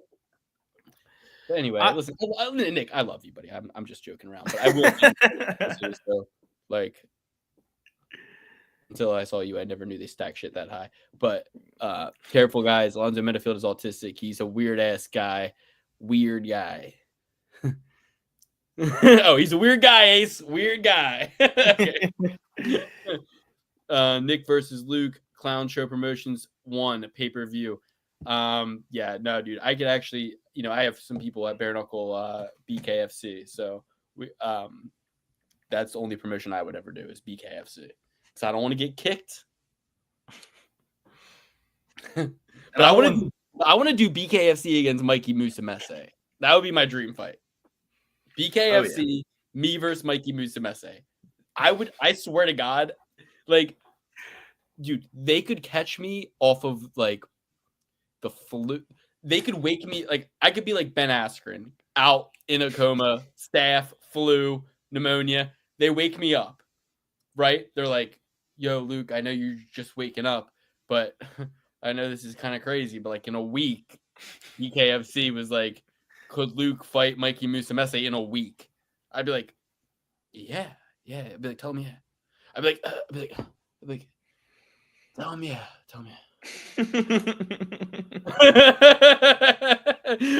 I'm like, no, please, I really want to. They're like, you're probably gonna lose though. Like, I mean, he's at least in really good shape. Like, you can't even really like get from here to the door. I'm like, but I'll get to punch him in the fucking face. They're like, well, yeah, I mean, I guess you get a shot too. I'm like, I'll get a couple in. I'll be like, that's fine. I don't care if I lose. I'm like, if I lose, I lose. I get to fucking punch Mikey Musumeci in the face. And that's a dream. I'm like, I'm gonna get one off. Like, and you know, on a good day, I spark him. But like, I'm saying, out of a coma, I might. In my own head, I'd be like, I'm probably gonna lose. I'd be like, but fuck it, I get to make money. I get to punch him in the face. You know. Absolutely. Yeah, Love so I'm you gonna guys. go with All right, Umar love you. Sai. I'm What? gonna go with Umar Sai Me here. too. And here's the thing: it's like, have I not learned my lesson? I picked Julius Walker as an underdog against Alonzo Menifield, and I was wrong. And I made a big $250 free bet again on him. But the problem is, it's like, I thought Julius Walker won that fight. I really did. But also, like, you know, whatever. I mean, I'm gonna. You're giving Alonzo's too old. You're giving me a guy who's this old against a guy who's this young twice in a row, and you're expecting me to. The only problem is that, you know, Umar Sai is too big of a favorite. He's fucking. Yeah. You know what's hilarious? Remember you were like talking about wish versions of O'Malley and McGregor and Chris Montino. Yeah. Look at this Klein. He's got the curly hair, the tattoo. He's got it all. He's got the same Sugar Sean look entirely. This Klein, blue collar. He was Mansour Malik's last fight. I know. I like that guy though. Nick Klein. I bet on him. Nick Klein. Yeah. This Klein. You never bet on a Klein. I bet on him. He's blue collar.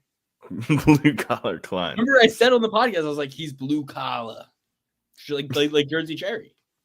Yes, very true, very true. Right, so we're both going with Sai. And then next up, we got Mansour Malik versus Cody Brundage. I mean, I think that Cody Cody Brundage. Oh, old Cody coming around here again. I heard this song before. Oh, Cody Brundage, big plus 310 underdog. I heard this one before. He gonna go out here and get himself a win on disqualification, ain't he? Yeah, I know that this guy he finds ways to win, or he at least finds a way to. Honey, where there's a will, there's a way, and Cody Brundage finds a way. I'd love to go with Cody Brundage, but I'm going with Mansour Malik. Mansour Abdul Malik Abjabar. Yeah, I mean, plain and simple. Cody Brundage lost to Cedriscus Dumas. If you can't find a way to beat Cedriscus Dumas, you're doing something wrong. Or you just woke up in the middle of the night and he's trying to steal your possessions. Guy has more felonies than fucking Charles Crazy Horse Bennett. I'm going to go with Mansour Abdul Malik. I think Mansour Mandul Malik Abjahari can go out there and find a way to get the finish. I think he finishes Cody Brundage. If he doesn't touch the back of the head, he wins. If he does, sorry, Charles, you lost. Cody Brundage did his tricks on you yet again, but I think Mansour Malik is gonna finish him on the feet. I'm taking Brundage. Nick Klein almost finished Malik. Now, you know, Columbia. He's playing at a Columbia, Maryland. But a stone's throw. For me. But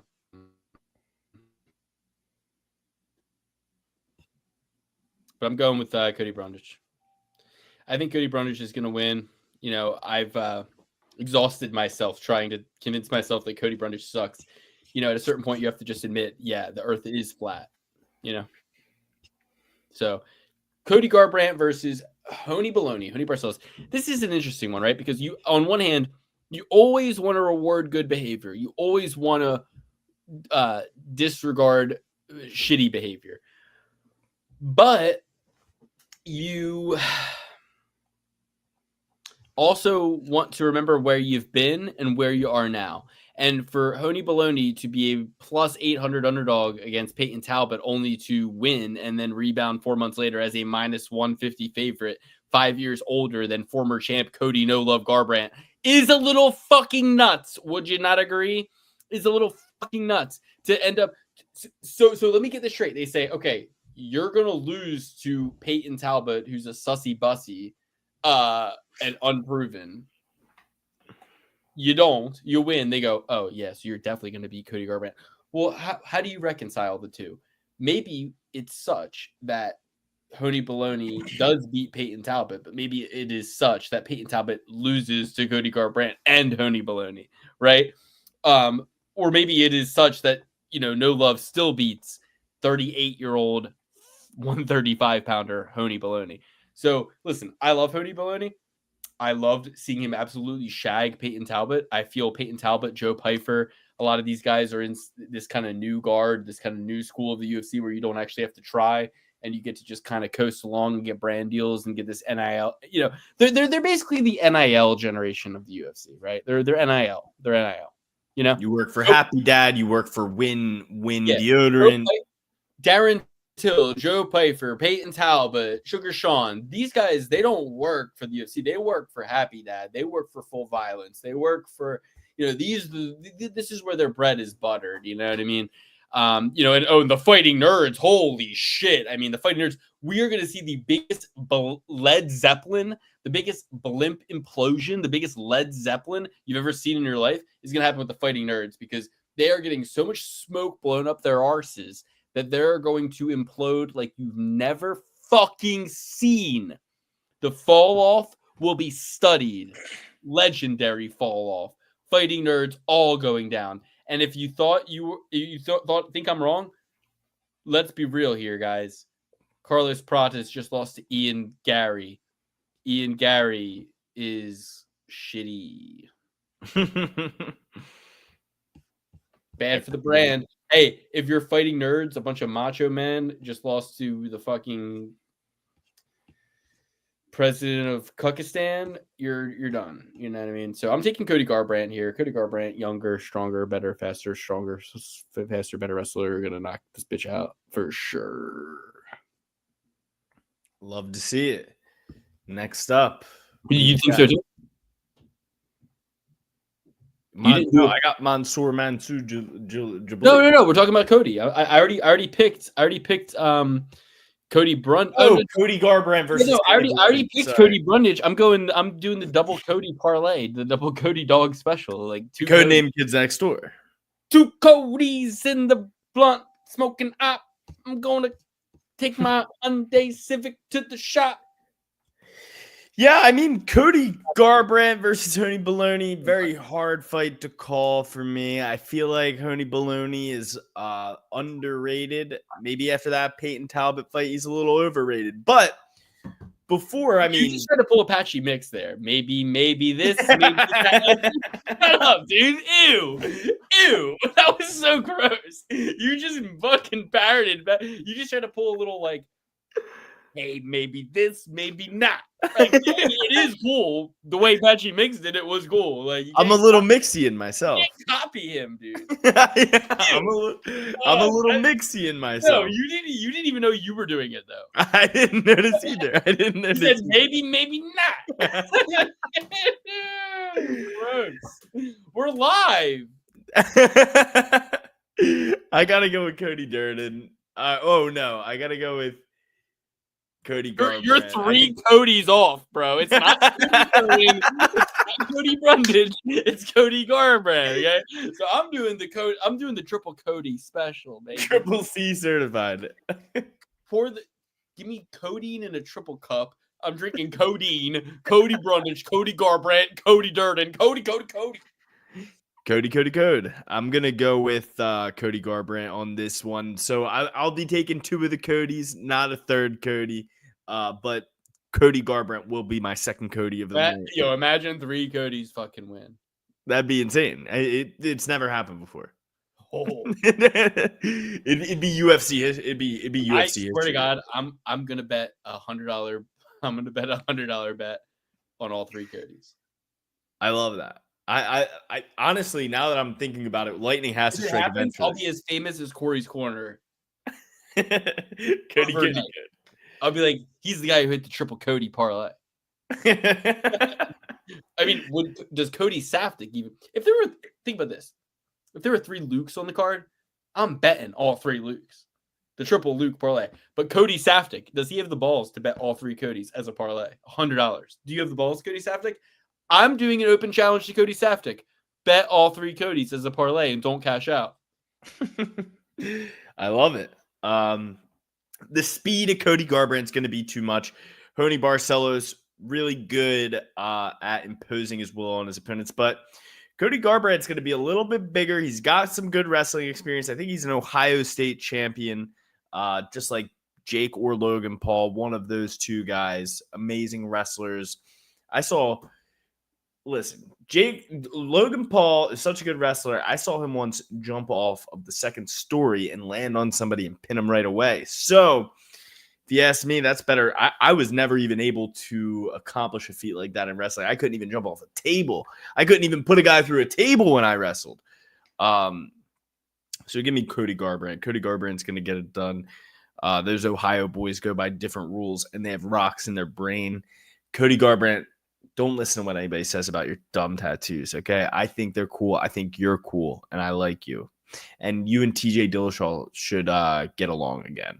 It would be heartwarming for the people to see you and Cody Garbrandt kiss and make up. Next up, I think this is the Coco main event of the night, Coco Melon event of the night. Edmund Shabazian versus Andre Petroski. Andre Petroski and I have had our differences. I've had my differences with a few guys in Andre Petroski's crew at this point where, there's a little beef between Joe Pyfer and the Triple P boys. There's a little beef between Andre Petroski and the Triple P boys, especially Dan. So if you ever see Dan on the street, you should probably smack him around a little bit. Just assume that he's still here and that he hates you the most. Any of you ever want to fight anybody, Dan is our CSO, Chief Security Officer. He's down for fades whenever you want. I'm going to go with Andre Petroski. Although we have had our beef and Andre Petroski is kind of like a good matchup for Edmund Shabazian, also a nightmare matchup for Edmund Shabazian. Edmund Shabazian has no wrestling, has no ground game, has no business being a favorite against Andre Petroski, a Lehigh Valley, I think he went to Lehigh wrestler. He's a pretty damn good wrestler. He's got the dumbest tattoo of the night, Cody. Don't let anybody tell you otherwise. He's the one who supports communism. You just have a cool sword stabbing your eyeball like you're aiming Zahara. What's with that hammer and sickle? Like you're aiming Targaryen. You got a sword in the eye. It's no big deal. The hammer and sickle's lame. I was telling them that Dan has a huge issue with Andre Petroski and said he'd fight him on site if he ever saw him. Okay, here we go. SureDog.com. Andre Petroski explains the meaning behind hammer and sickle. It was originally a symbolization. My great, oh, here, doesn't get any better, actually. Sorry, hold on. It says, my great-grandfather is from the Soviet Union. It has no political meaning whatsoever. I know that a lot of people are sensitive to that, but it has no political meaning whatsoever. I'm not a communist. My father is from the Soviet Union. It kind of pays homage to him. The hammer and sickle originally was a symbol. You know who else it pays homage to, dumbass? Stalin. Yeah. Yeah, exactly. It's like the hammer and sickle originally was a symbol of unionization of farmer and industrial workers. It wasn't until later on that it became associated with communism. This sounds. I have a tattoo. I have the same tattoo as Andrea Lee's husband, but mine is actually pointed the other direction, so it's an Indian meaning of peace. It's really the Big Dipper and the Little Dipper. Come on, you like astrology, don't you? Okay. No, for sure. I mean, listen. At the end of the day, I really only give a fuck about what you mean. By what you do. you know? So it's like, but here's the thing. Here's where it gets a little tricky, right?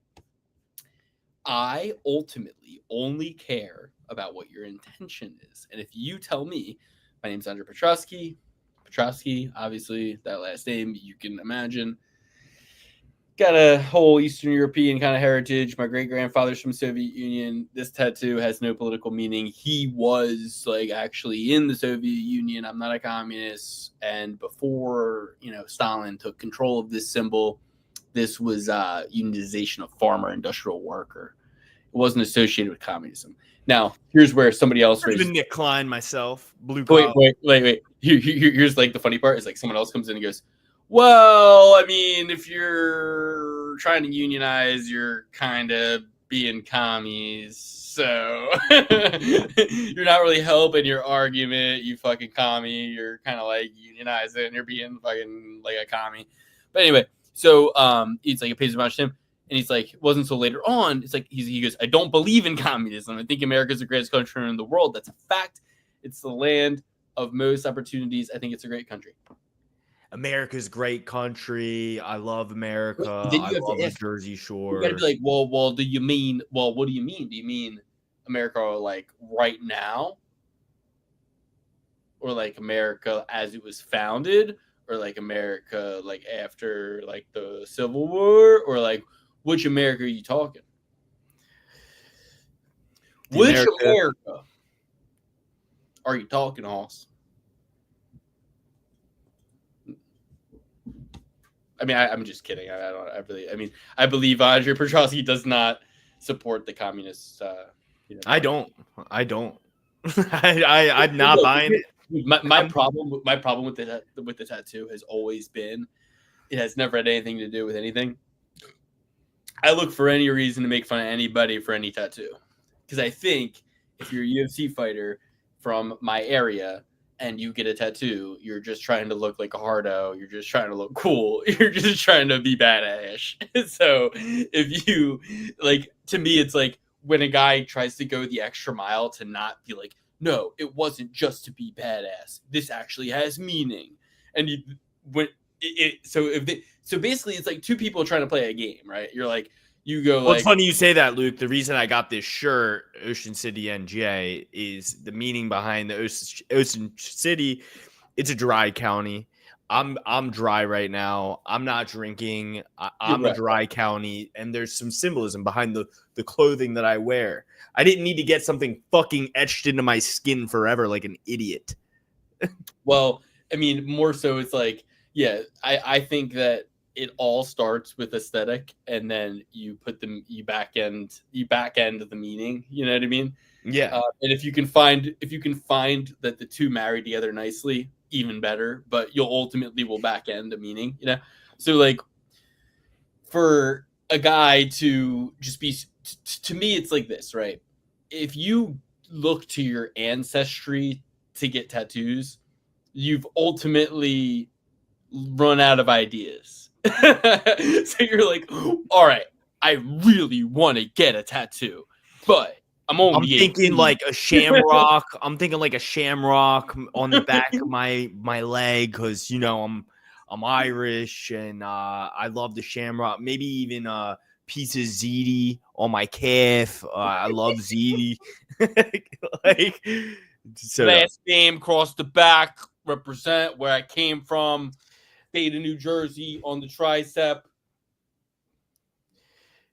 The Jersey boy left the nest, though. We got to get the Austin, Texas skyline. Penn State Nittany line right here from my dad across the heart, because my heart comes, even though I didn't go to Penn. Like, I didn't go to Penn State. No, my dad did actually, but I swear to you, dude, like I want to punch myself in the face right now. Because I could have easily, like, a lot of the problem is a lot of people make decisions to get tattoos early and then you double down, right? Like, or you don't double down, but you go like, well, I'm already in it. Like, I might as well keep getting them, But like, man, I had so many dumb ideas of tattoos I should have gotten when I was 18. I had so many dumb ideas, like, just dumb ideas. But I ultimately look at them all now that I'm 30. I look at them all like the same. I go, hey, if you get barbed wire, Or if you go, well, no, actually, this is my great grandfather who I never met was in the Soviet Union, so I got this. And then like so it's like here's how I view the whole situation. I view it as I know Andre Petrosky, where he comes from. Ultimately, I feel as though I've never met him, but you have met him, but I have met him. I ultimately feel like growing up where I grew up and meeting the type of guy that I've met in my life, I kind of feel like I know Andre Petrosky. So when I see a guy like that end up in a situation like this, I don't have a lot of sensitivity to it because how I view it is he was so cocksure and so gung-ho as to let me ink my whole body. I don't give a fuck. Like let me rush and get tattoos. But that he was also cognizant of the idea that people would judge him for getting tattoos that have no meaning. So he gets so he gets a tattoo with meaning, but it's literally, to me, I mean, that symbol is like almost like having like another really bad. I mean, I don't know. You're the history. I agree. I would say it's just as bad as having a swastika tattooed on you. I mean, I don't know that. I mean, like, and using the same exact excuse that somebody would say, like, "No, I got the Hindi one. It's backwards. You don't understand." By the way, but here's where I kind of step out of it all. I kind of just go like, let's all just kind of understand it's a global civilization, and what. Like let's all just kind of, hey, how about we all just try to be a little bit less offended as we go through life? But as somebody who grew up being like brainwashed into thinking all this shit is bad, I kind of go like, like I actually do have like kind of a reaction to like certain things where I'm like, actually I am kind of, I'm like, look, I agree. Things mean different things. I'm like, but I'm just saying, like, you made me go to public school. I'm sorry. Like they fucking force fed me that this shit was not.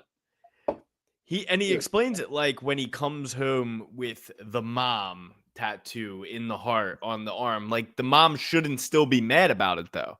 Like mom is mad you got a tattoo. She doesn't give a fuck if it's mom with a heart around it. Okay, she cares that you got a tattoo. Exactly. It doesn't matter what the tattoo is. So many of these guys, they want to get tattoos, so they try to figure out what the perfect thing is, and it's funny when they backwards walk themselves into some stupid shit that they don't really actually like. How can I convince mom? I guess I didn't need to get myself into this much talk. Like all I wanted to do was look cool. It might as well have been a fucking swirly do. Like like really, like it sucks for him because it's like I permanently got this thing that's associated with this whole thing, and it's like. And you want to be like, dude, are you in a union? The answer is no. It's like, do you think you should be? And then it's like, okay, say it out loud. It's like, well, no, I wouldn't say it out loud. Then Dana won't give me all these desirable ass fights I've been getting. And it's like, oh, so you're like 1/1,000,000th less of the man your great ancestor was who fought and died for these beliefs. But you yourself are like, well, good question. And you care enough to explain yourself. If somebody never defend yourself ever, like that is a terrible idea unless you're in front of a jury. Next question. Like just let it grow. Who even cares? If you say who nothing, even cares? Say nothing. Like let it grow. Let it grow. Bill, because then it means your response is only bigger. Your response, boom, it bursts that bubble, and then the bubble goes like this. And what happens? You go, whoo, you know what I mean? You go, by the way, these people who've been saying I'm a communist are wrong because here's why. Then you go, but just say nothing, But his response is like, well, Well, no, I love my mom. That's why I got the mom. I swear I love my mom. I didn't just get it so she would let me get a tattoo and found out all this weird backwards meaning. So I was allowed to get a tattoo when I was 16 instead of 18. And I really wanted a tattoo in high school so I could look cool in my singlet. You know what I mean? Like, it's all fucking stupid. You don't need to explain to anybody why you decided to ruin your chance of getting into heaven by putting ink in your skin. Yeah. If you guys are thinking about getting a tattoo and you haven't gotten a tattoo, you should look into this. You should look into this. There's a video.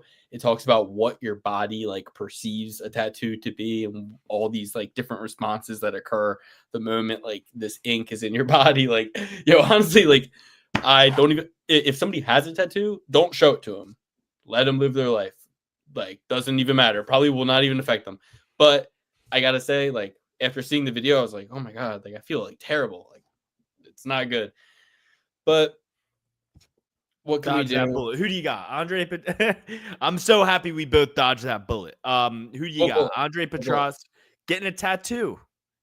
Oh my god, it's almost like insane that we did.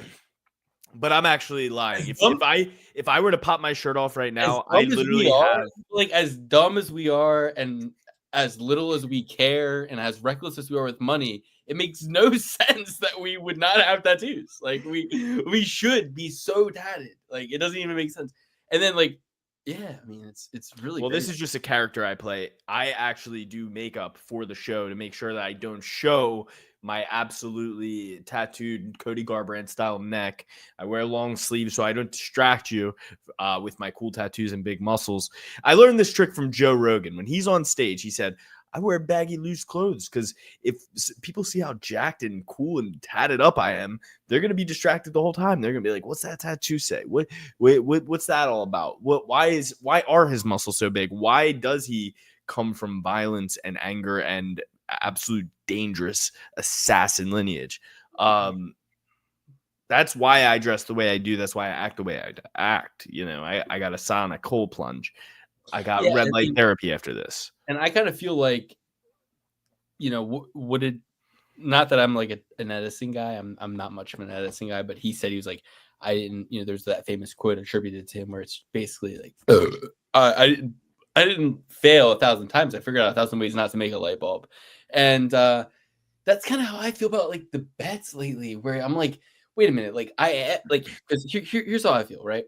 How does Thomas Edison and Wayne Gretzky and Michael Jordan have the mindset to be getting asked questions and being like, you miss 100% of the shots you don't take? Well, which isn't true. No, I think that it's just like they've said a lot of things, and that's just kind of what the cream of the crop was, Somebody comes up to him, he's sitting in his rocking chair. Hey, Tommy, you dickhead. Tommy Edison, you weren't a good scientist. You made 1,000 you failed at making the light bulb 1,000 million times. You made one though, you rascal, you. And then he's like, I never failed.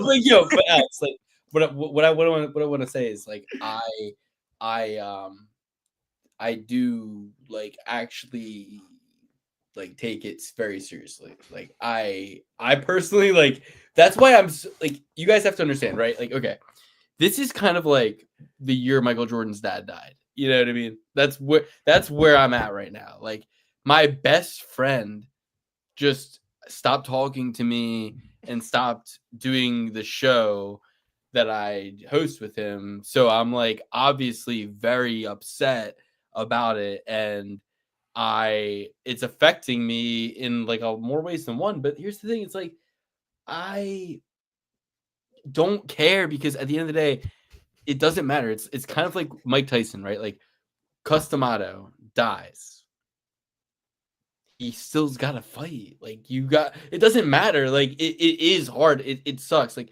here's the thing, right? I think that in a lot of ways we come to YouTube to watch The Perfect Parley Pursuit. We come here and it makes us forget about our mortality. You know what I mean? It makes us when I'm here, when I'm like, no matter where I am, if I'm in Costa Rica, which is where I've done the show from, if I'm in Hawaii, which is where I've done the show from, if I'm in New York City, if I'm in New Jersey, if I'm in Maryland, if I'm in Florida, no matter where I am, no matter where I've done the show from, I ultimately feel like here I am in this bubble, like in this like nothing can hurt me. You know what I mean? Like the camera's rolling. I'm with the Perfect Parley Pursuit audience. Nothing can hurt me. So and also it's a sense of like camaraderie, familiarity, like almost like, okay, if we all just can commit to come here once a week then we can maybe still be in the running to achieve financial, restitution, right? Like we can get whole, we can get even, we can get up, we can make it all right again, And for Alex and I mean, having a generational gambling addiction, like we are out here trying to actually win back restitution and reparation for Not like just for us. for not just us, for dead people, like for people who have died. And it is like some people say life's not fair. It's like, okay, you know what? Sometimes life is fair. And I do believe it is fair and only just that Alex and I, through the very thing that has actually like been a thorn in the paw of an otherwise generationally, prosperous lineage, through that very thing, we are to seize, shoom, throw like Spider-Man, grab, pull, shoom, accelerate, and say, ha ha ha, joke's on you, power of Christ. And then we go into like a final kind of like a lotus a lotus position in like a purple realm, and we're like kind of chilling, and we're like, God damn, these motherfuckers really thought. And you go, we are in the lotus realm, we're not allowed to think like that. And I'm like, yeah, but they some bitches. And they're like, it's like, no, everything is fine. And we're just like and I'm just like, and then that's when I go, I'm getting back in there, and I just like dive back in, and I'm just like, haha, you really thought. And I just like start like living out of spite and fear and anger again, because it's kind of fun to live out of spite, fear, and anger, but you ultimately want to. We ultimately need to kind of transcend lotus position.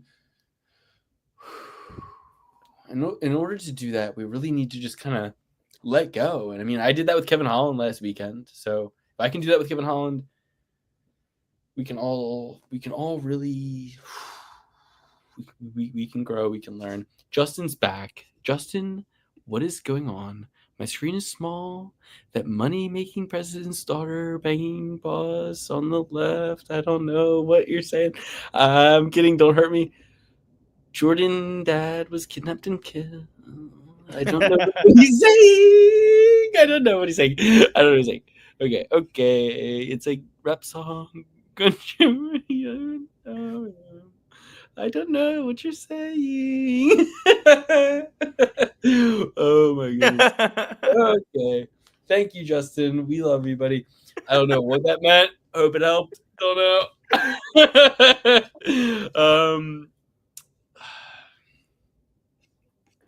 All right. So only 8:30. This is beautiful. We should start. All that being said, Andre Petrosky, I think he's gonna end up winning this fight against Armin Petrosian.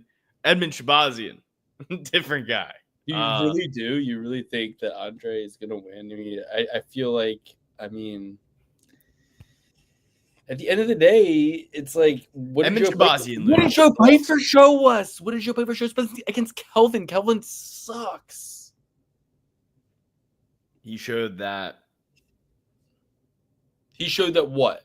That he thinks he's better than he is, and that he fucking goes in there and puts in a fucking half-assed effort and almost literally loses. I mean, what was the final scorecards? Let's see.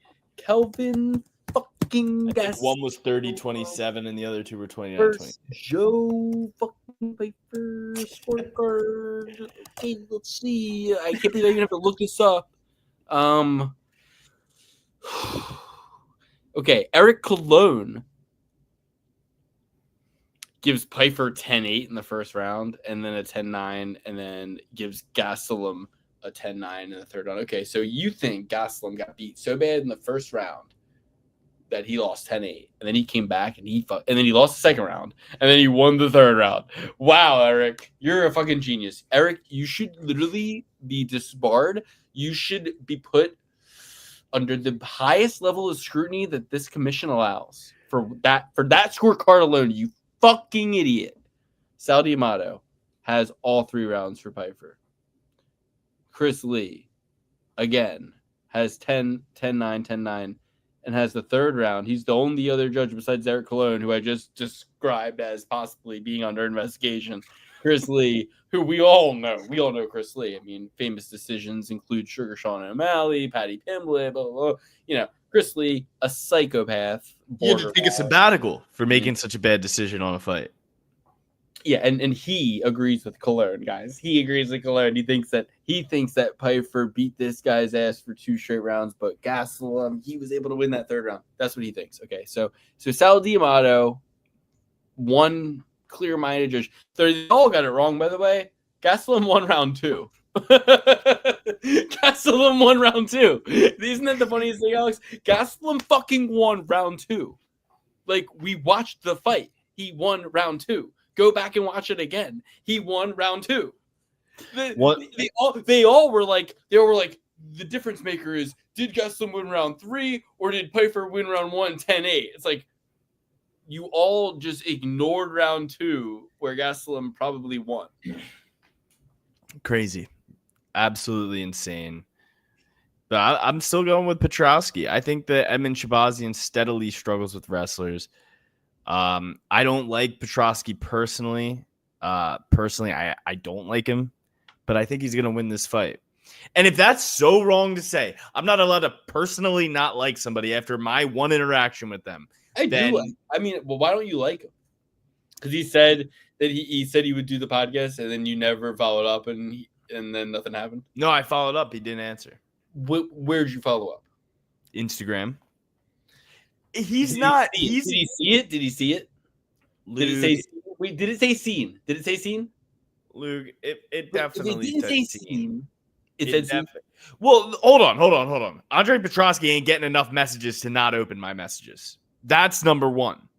I talk to people way more famous than Andre Petrosky on Instagram. I look at this as like Pratis losing to Gary when we all thought Mitchell was going to beat Silva. I look at it as like, okay, we all thought Pfeiffer was going to knock Gastelum's fucking head into the fucking canvas. And people go, well, Gastelum's never been knocked out. So yeah, neither was Holloway before Topuria got his hands on him. New generation. Gastelum's way older now. He's been hit a million times. He's getting dropped. He almost did in round 1. He almost did get finished. Now, people thought that was going to be Mitchell's fate. They thought it was going to be a walk in the park for Silva. And then Pratis, they thought that maybe Silva might lose and then Pratis might win, and it'll be a walk in the park on both sides. But no, what ended up happening was Silva did finish him with submission, which people were like, oh, what? I thought if it was on the ground, Mitchell would win, and then Silva ends up winning, and then, Pratis loses to Ian Gary in a 5-round fight. But he wasn't supposed to fight Ian Gary. That was a last-minute replacement. The problem is, isn't it funny that, like, the moments, if you only showed the highlights, it's like, yeah, Pratis is beating his ass, like, bad, dropping him. He's crawling around, like, on all fours, like, looking pathetic. Like, it doesn't, it's such bullshit, like, the way that, I thought that's a case for a 10-8 round. I thought it should have been a draw. I thought it should have been rounds 1, 2, and 3 for Gary, rounds 4 and 5 for Pratis, with one of the rounds being a 10-8 round. I knew my brother in Cuckatude, Ian Gary. He was crawling. Like, if you're ever crawling on all fours on the in the opposite way of your opponent, if you're crawling on all fours towards your opponent like John Jones, that's one thing. If you're crawling on the opposite way, that's a different story. Like, that should be automatic point deduction. I don't think you Why not? I don't think as a Why not? Like, I want to be in the meeting where someone's arguing for that. I want to go, okay, Mr. Clement has proposed if you crawl on all fours away from your opponent, it's -1 point on the round. And then I want to hear somebody go, well, Your Honor, it's very suspect. It's you might need to go that. It's like, no. I want to hear them say, why do you need in a fight to be doing that? You know what I mean? I mean, as a man, I don't think you should ever be on all fours ever. And listen, here's the argument though. You say, well, what if it's you're doing unless you're acting as you're doing a Granby roll. You're doing a Granby roll. Rolling Thunder, Granby roll. Like like they're grabbing your back and you go to crawl away to set up a leg sweep where you're rolling forward and flipping them over your head. if you are doing that, I'm not saying you should have a point taken away. But if you're on all fours, not doing a Grammy roll, crawling away, baby crawling, like almost like crawling, like you don't even know where you are. Like you got hit so hard, you're just like crawling away into the corner. Like Ian was crawling into the corner, and they didn't give him a 10-8 round. But yet, I just showed you that one of the judges gave Joe Pyfer a 10-8 round. Ian got beat way worse than Gastelum did. Like, Ian was crawling away. He was so close to being Gastelum finished. got clipped and got up right away. Dude, you could make a case for a 10-7 more than you could make a case for a 10-9. Not a 10-7. But it's a clear 10-8. I mean, it really is. Like, it's a 10-8. Like, he got his fucking... It was very close to being stopped by the ref. So what's that have to do with the price of rice in China? Why the fuck are we talking about this? Every bet would have been a push. It would have been a draw. It would have been a draw if he was 10-8. It was 10-8. And I just think that Edmund Shabazian versus Petrosian, I think Petrosian is going to lose. I think Shabazian is going to win. Wait, what am I saying? Sorry, no. I think Petrosky is going to make this look easy compared to Pyfer making it look difficult against Gastelum. I think Petrosky is going to finish him. Beautiful. Me too. Arm triangle specifically. Yeah. Yeah. Rose Namajunas. He's going to go against. He's going to go. He's going to be against. He's going to be. I love when they tease you. You know what I mean? When they go hold it up. They hold it up. They don't fight. I go, fuck you. You just do it already. God, why are you doing this to me? Like, especially when you bet on them to win, and you're like, go ahead, just do it. And you're like, oh, it keeps it going. It makes the pain longer. Like it's like pulling the wound open. And just, it's terrible. And the thing is that they go like we talk shit on them, and we say like Joe Pyfer never going to be a champion. You know what I mean? And he goes, these haters, they're just hating.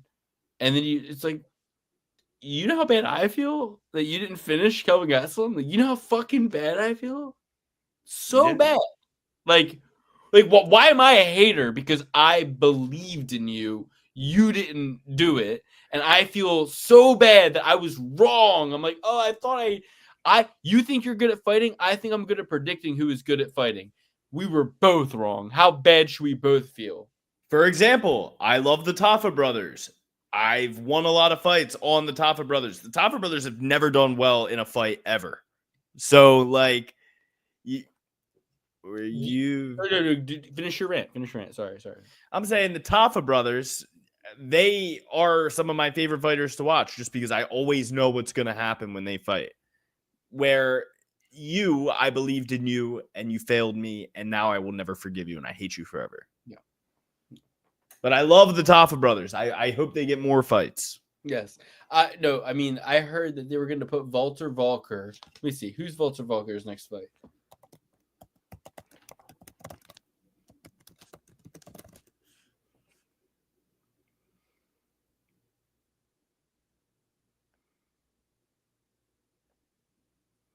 Who is Walter Volker's next fight? I feel like this should be like one search, 10 seconds at most to find out. Walter Volker, Dontel Mays? No. It's not announced. I heard a rumor, I guess. I heard a rumor he was fighting somebody, and I was like, give me that. I'm like, they never learn their lesson, do they? I'm like, what's Walter Volker by submission? Where are you getting these rumors about Walter Volker's next fight?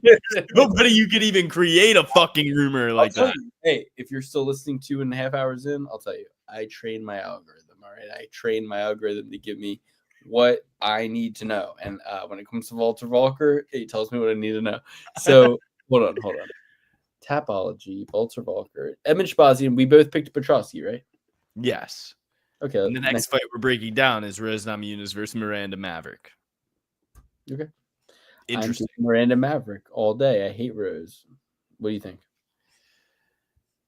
Yeah, I used to love Rose, but now you said it best. You know, I used to love her too. I can only compare Rose to I mean, she really the same as the girl from Stranger Things, really. I mean, you at one point are like, wow, look at this like hidden gem of a figure who's really great at acting and is unseen and does her thing. And then all of a sudden they become just like way too big. And you're like, whoa, I don't even know this person anymore. Like, I thought you were the Stranger Things person. Like, I don't even know you.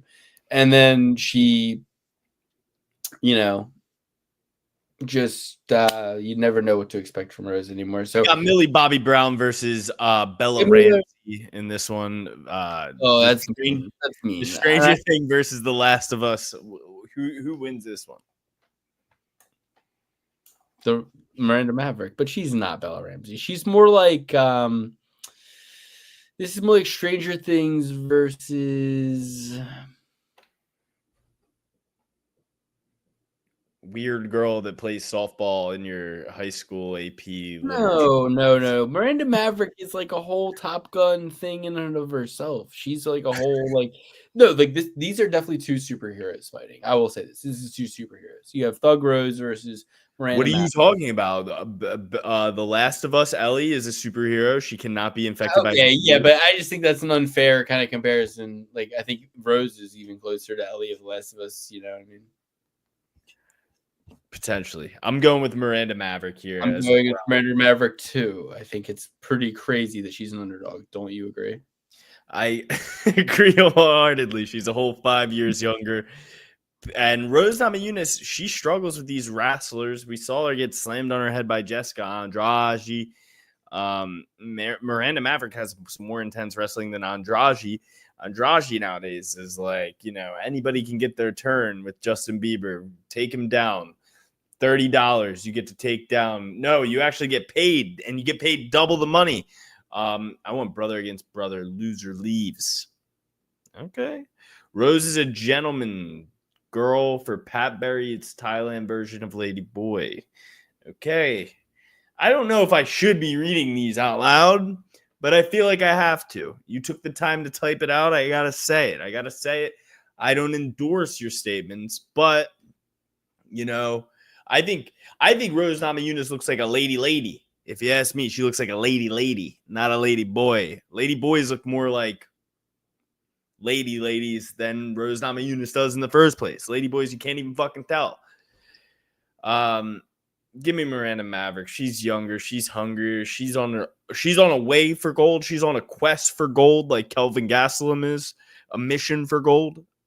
Where Rose Namajunas, that's behind her. She's on the tail end. She's on the back nine. She's never making it back to the title, and I don't think she wants to. I think she wants to sit around, play piano, make sure her hands don't get too broken so she can continue to play piano for the rest of her life. But Pat Barry keeps making her fight. He keeps tossing her in there. He wants her in there. The rumor on the street is Pat Barry forces her to fight. It's like a whole Matilda situation with those two. Give me Miranda Maverick. I thinking of Matilda. Is that what Matilda is about? No, I'm just reading these comments. I'm like, I'm sorry, I didn't read them before I put them on the screen. This is crazy. Miranda Maverick, emphatically. Miranda Maverick, all day. Okay. Next up, we got quite the fight. Hot Lana's got a Sorry. Vulture Volker is gonna fight Kennedy and Chuckwe. In July. That's great news. That's awesome. He's gonna make Kennedy and Chuckwe easily. I hope so. I really do hope so. I would say first, second round, maybe. I'll bet Walter Walker is a 3-1 dog, and I'll bet him by submission is a 12-1 dog, and I'll bet I'll bet it's a 6-1. Can you think of how easy it is to get a heel hook on those big ass and Kennedy and Chuckwe feet? Easy. So easy. I see it from here. It's right there. Yeah. Wherever you are, Kennedy and Chuckwe's big ass foot is like 2 feet away from you. Anywhere you are. Kennedy and Chuckwe's moon. It's like our moon. we needed to stay in this this beautiful symmetry between the moon and the sun. Okay, if Kennedy's and Chuckwe's foot wasn't here weighing us down, we would be burnt to a crisp by now. So we're both gonna pick Miranda Maverick, even though she's a 3-1 dog. Yeah, I mean, I'm not going with too many 2-1 dogs dogs, in 2-1 the dogs. evening. I got Cody Garbrandt, Andre Petrosky, and Miranda Maverick. I think that's it for dogs for Durden? me. What about Durden? Durden a dog? Durden a dog. Is he a Yeah, dog? I guess Durden is a dog. I don't know the line on Angelusa. I don't know the line on Jamie. I guess Durden's a dog because he's 10 years older. But old age only matters if you look bad, which he doesn't, or if you are concerned about preserving your mental health, which he isn't. And dude, I mean, I saw Frankie Edgar on the weigh-in show. He sounds bad. He's about to start. Oh, Jets. Yeah. That was crazy. Wait, He sounds like he's next to accuse his mom of having a fat ass and being a clone. If I heard what I heard correctly, he's about to be like, look at her ass, she's a clone. My mom never had this fat of an ass. Imagine a meme. It's just Frank Yeager. Imagine me with Frank Yeager, and he's got like pasta coming out of his mouth. He's like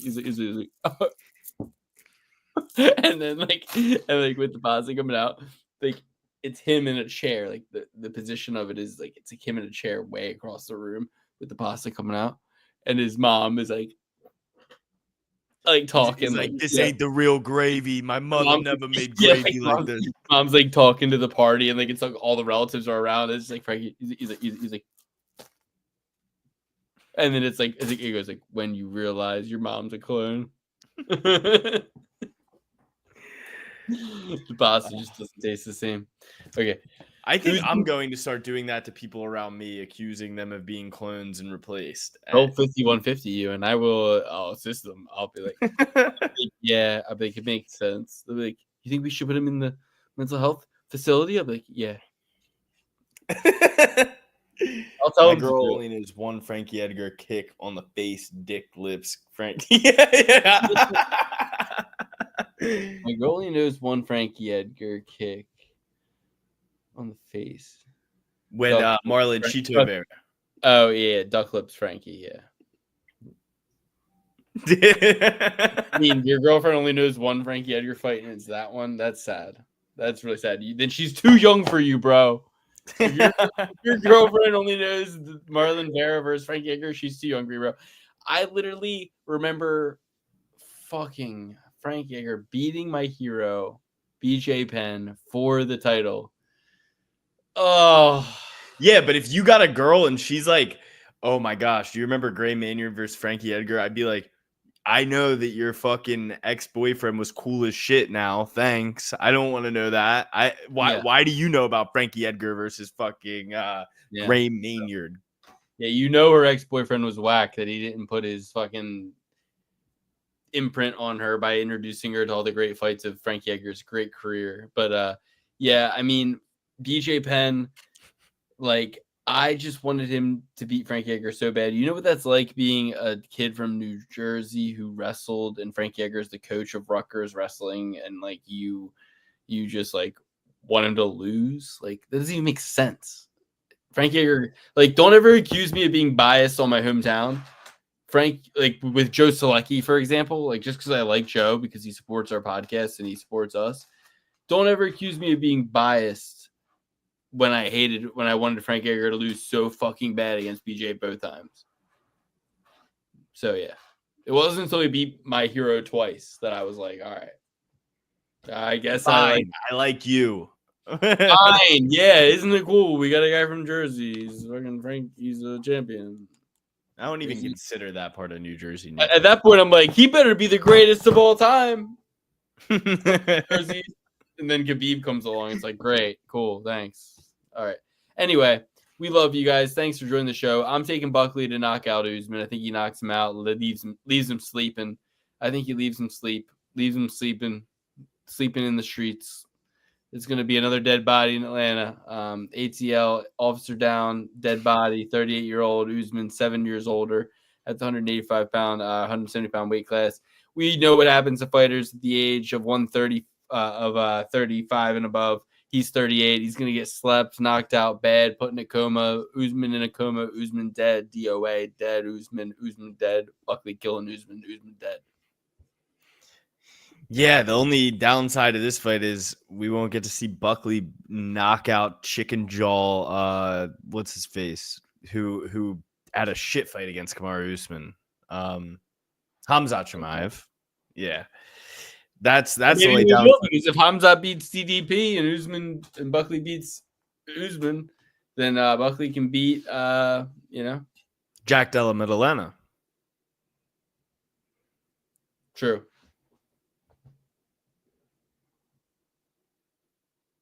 What? He looks like Waldo? Yeah, Buckley will kill Jack Della Maddalena. Oh yeah, knocks him out cold. And then he should move up and kill Hamzat. Yeah, but Hamzat's gonna get destroyed by DDP. Joaquin Buckley is going to knock out Kamaru Usman. I take no pride saying it because I would love to take Kamaru Usman underdog odds. You know, we like to say reward good behavior.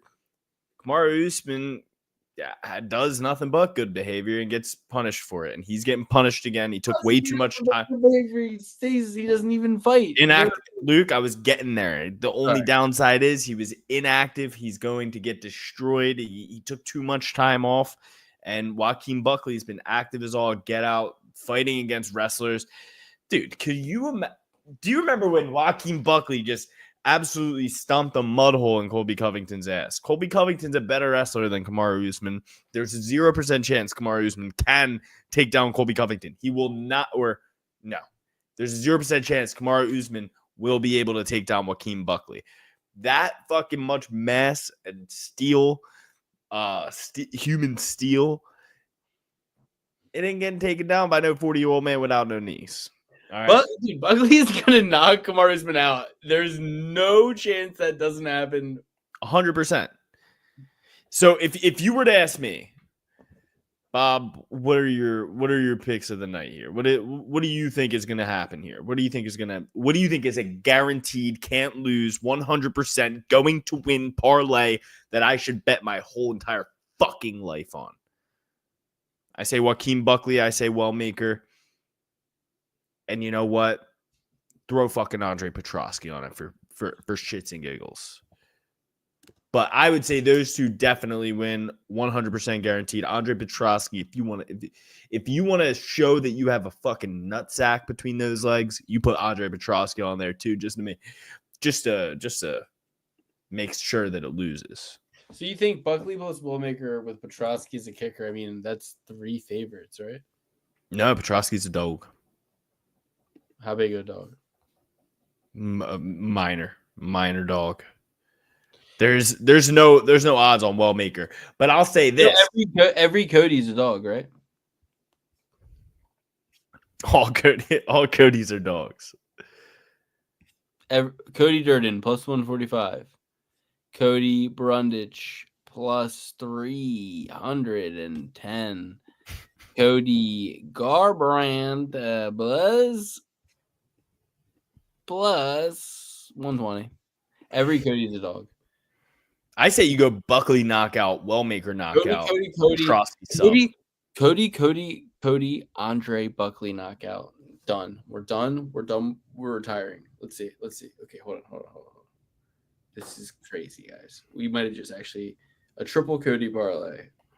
Like this is like an eclipse, you know, like it's like and then you add an Andre Petrosky. It's like we're gonna call this and then you add Buckley. You go White Boy Weiland plus Buckley. And what's Buckley? He's the cream of the crop, sitting on top, waiting for you to charge up your mana and give it to New Mansa to explode at the pinnacle with a big knockout. Because we're gonna get him with a prop, so we're trusting him the most. We're taking 4 dogs. Luke. Wait a minute. Could this be a Kelvin Gastelum, Joe Pyfer situation here? Could this potentially be a Joe Pyfer? No way. I don't think so. I think Usman you look at his face, dude. He's got nothing.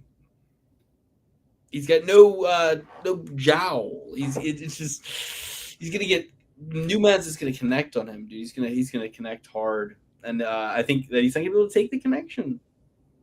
Fair So enough. if you get Cody Durden plus 144 on FanDuel, and then you go Cody Garbrandt.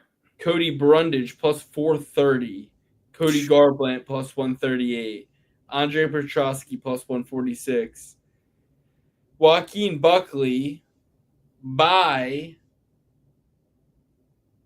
They don't have the odds yet for it on FanDuel. So just with that though, $100 on the triple Cody Andre parlay, $100 pays 7,000. But if you take Andre off and you just do 3 Cody, $100 pays $3,000.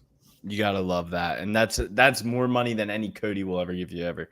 All right, let's take them through the whole picks here. If you're rolling with me, you're going with Joaquin Buckley. I think he gets a knockout. Miranda Maverick decision. Andre Petrosky submission. Cody Garbrandt knockout. Mansour Abdul Malik a win. Not going to put anything on that. Omar Sy win. Rodolfo Bellato win. Wait a minute. You're just going through your picks right now? Yeah, we got to get moving now. We've been going for 2.5 hours. I got to eat dinner at some point tonight, my brother. You don't eat dinner for a week. I already didn't eat dinner all last week. All right. Slow down for just give me. We done this much. Okay, I'll take him back from the top. Buckley KO, Maverick decision, Petrosky submission, Garbrandt KO, Mansour Abdul Malik decision, Omar Sy decision, Rodolfo Bellato decision, Miguel Chiesa decision. Wait. Bellato decision? Yeah. You sure about that? Chiesa decision? Yeah. Well, you maybe. Sure about that? I look at a submission, and Bellato maybe even by knockout. No, he's gonna walk out to stranglehold and get fucking choked out like he always does. Miguel Chiesa. Wait, so you're taking McGee? Oh, you're taking McGee by decision? No, I'm taking Chiesa by decision just for. I don't believe it. I need to lose one of these fights, and I'm hoping. Folks, I'm putting these picks in the open bets sheet. Patreon.com/PurplePlayPursuit to get the access to the link for the open bet sheet. You'll see Buck by knockout, Maverick by decision, Petrosky by submission. You'll see all these listed out in Alex's section. Just go ahead and get access. Give us some money. Wellmaker knockout. If you bet these picks and you win some money, get a year subscription, $100 for the year. Wellmaker by knockout. Durden decision. Durden by decision. Simone submission. Angelusa decision. Jamie Lynn Horth submission. No. Ground and pound TKO, Jamie Lynn Horth. I love it. I love it so much. Oh my God. I love it so much. Everybody, okay, let's go. I'm going with Jamie Lynn Horth as well. Horth. Lusa. Or didn't that take Rowe? I don't know. Took Rowe by sub. I think go back in the episode in the beginning if you don't believe me, but I think it took Rowe by sub. You can change your mind if you want. Simone, Durden, Wellmaker. He's like a minus 1,600 favorite. Who, Wellmaker? Yeah. Oh, no. Well, I guarantee he's going to win. He's like, why even do it? Why even do it? Favorite. It's like you're just going to make me bet on Chris. They're like, we'll give you, if you bet a $1 and Chris Montino wins, we'll give you $10,000. I'm like, okay, here's $50. So like, all right. like, all right, he got knocked down in the first round. I'm like, all right, thanks. Better luck Turn it next down time. though. They're like, yeah, you couldn't turn it down. Couldn't turn it down. You were gonna win $5 million if Montinho found a way to win. I'm like, yeah, I know. Just you just didn't. They're like, yeah. So you lost 500. Fair. Good day, sir. Okay. Here you go. I guess. All right. So Horth, Rowe, Simone, Durden, Wellmaker, Chiesa, Bellato, Sai, Brundage. Don't even know why I hesitated. Garbrandt. Completing the triple Cody parlay. Petrosky. And then Miranda Maverick. And then Joaquin Buckley, again, by knockout. So we're going to have to just go, me and Alex agree. We agree on Mav. We agree on Petrosky. Buckley, Garbrandt, Durden, Sai, Bellato, Chiesa, Wellmaker, Simone, and Horth. Durden. We're just agreeable guys pod. We just agree. So where we don't agree is I think Rowe submits Lusa. He thinks Lusa wins by decision. I think Brundage beats Madul Abdul Malak. He thinks Madul Abdul Black wins by decision. Other than that, we're pretty much lockstep agreement. A couple disparities in the way we agree, but yeah. Well, great ep. It's been great, guys. I love you guys. Thanks for watching. I mean, keep watching and tell your friends because I don't know how many more of these episodes we have left. Any last minute questions? Thank you, Justin. Thanks for another great show. We love you, Justin. Any last minute questions? I remember not being able to see me, but I'm always nearby. Yeah, just we know, Justin. And then, just be more of a stalker towards Dan and tell him just like do the show more. I'm kidding. Don't be a stalker towards anybody. And we love you. Stay with Christ. Dan's living his best life like John Jones. He's riding motorcycles in Thailand. He's got a nice, cute boy gripping the back of his hair, and he can't explain. It's like he can't. Dude, by the way, when you showed me that thing of, we'll talk later about it. But oh my god, yeah, we'll talk offline. All right. But anyway, guys, here's something we can talk about online. Okay, let's build a double P parlay that we could both agree on. No, we're not doing that. we're not doing it. Okay. We're not doing it. We agreed on too many fights. It'll take us forever. We're signing off. We're signing off on behalf. Thank you all. Warner Brothers Entertainment. Thank you for coming. My plugs are: I'm going to be at Magooby's Joke House February 23rd, 2026, and I'm also going to be at Helium Comedy Club in Philadelphia, Pennsylvania next weekend. Buy tickets online at patreon.com/perfectparlaypursuit.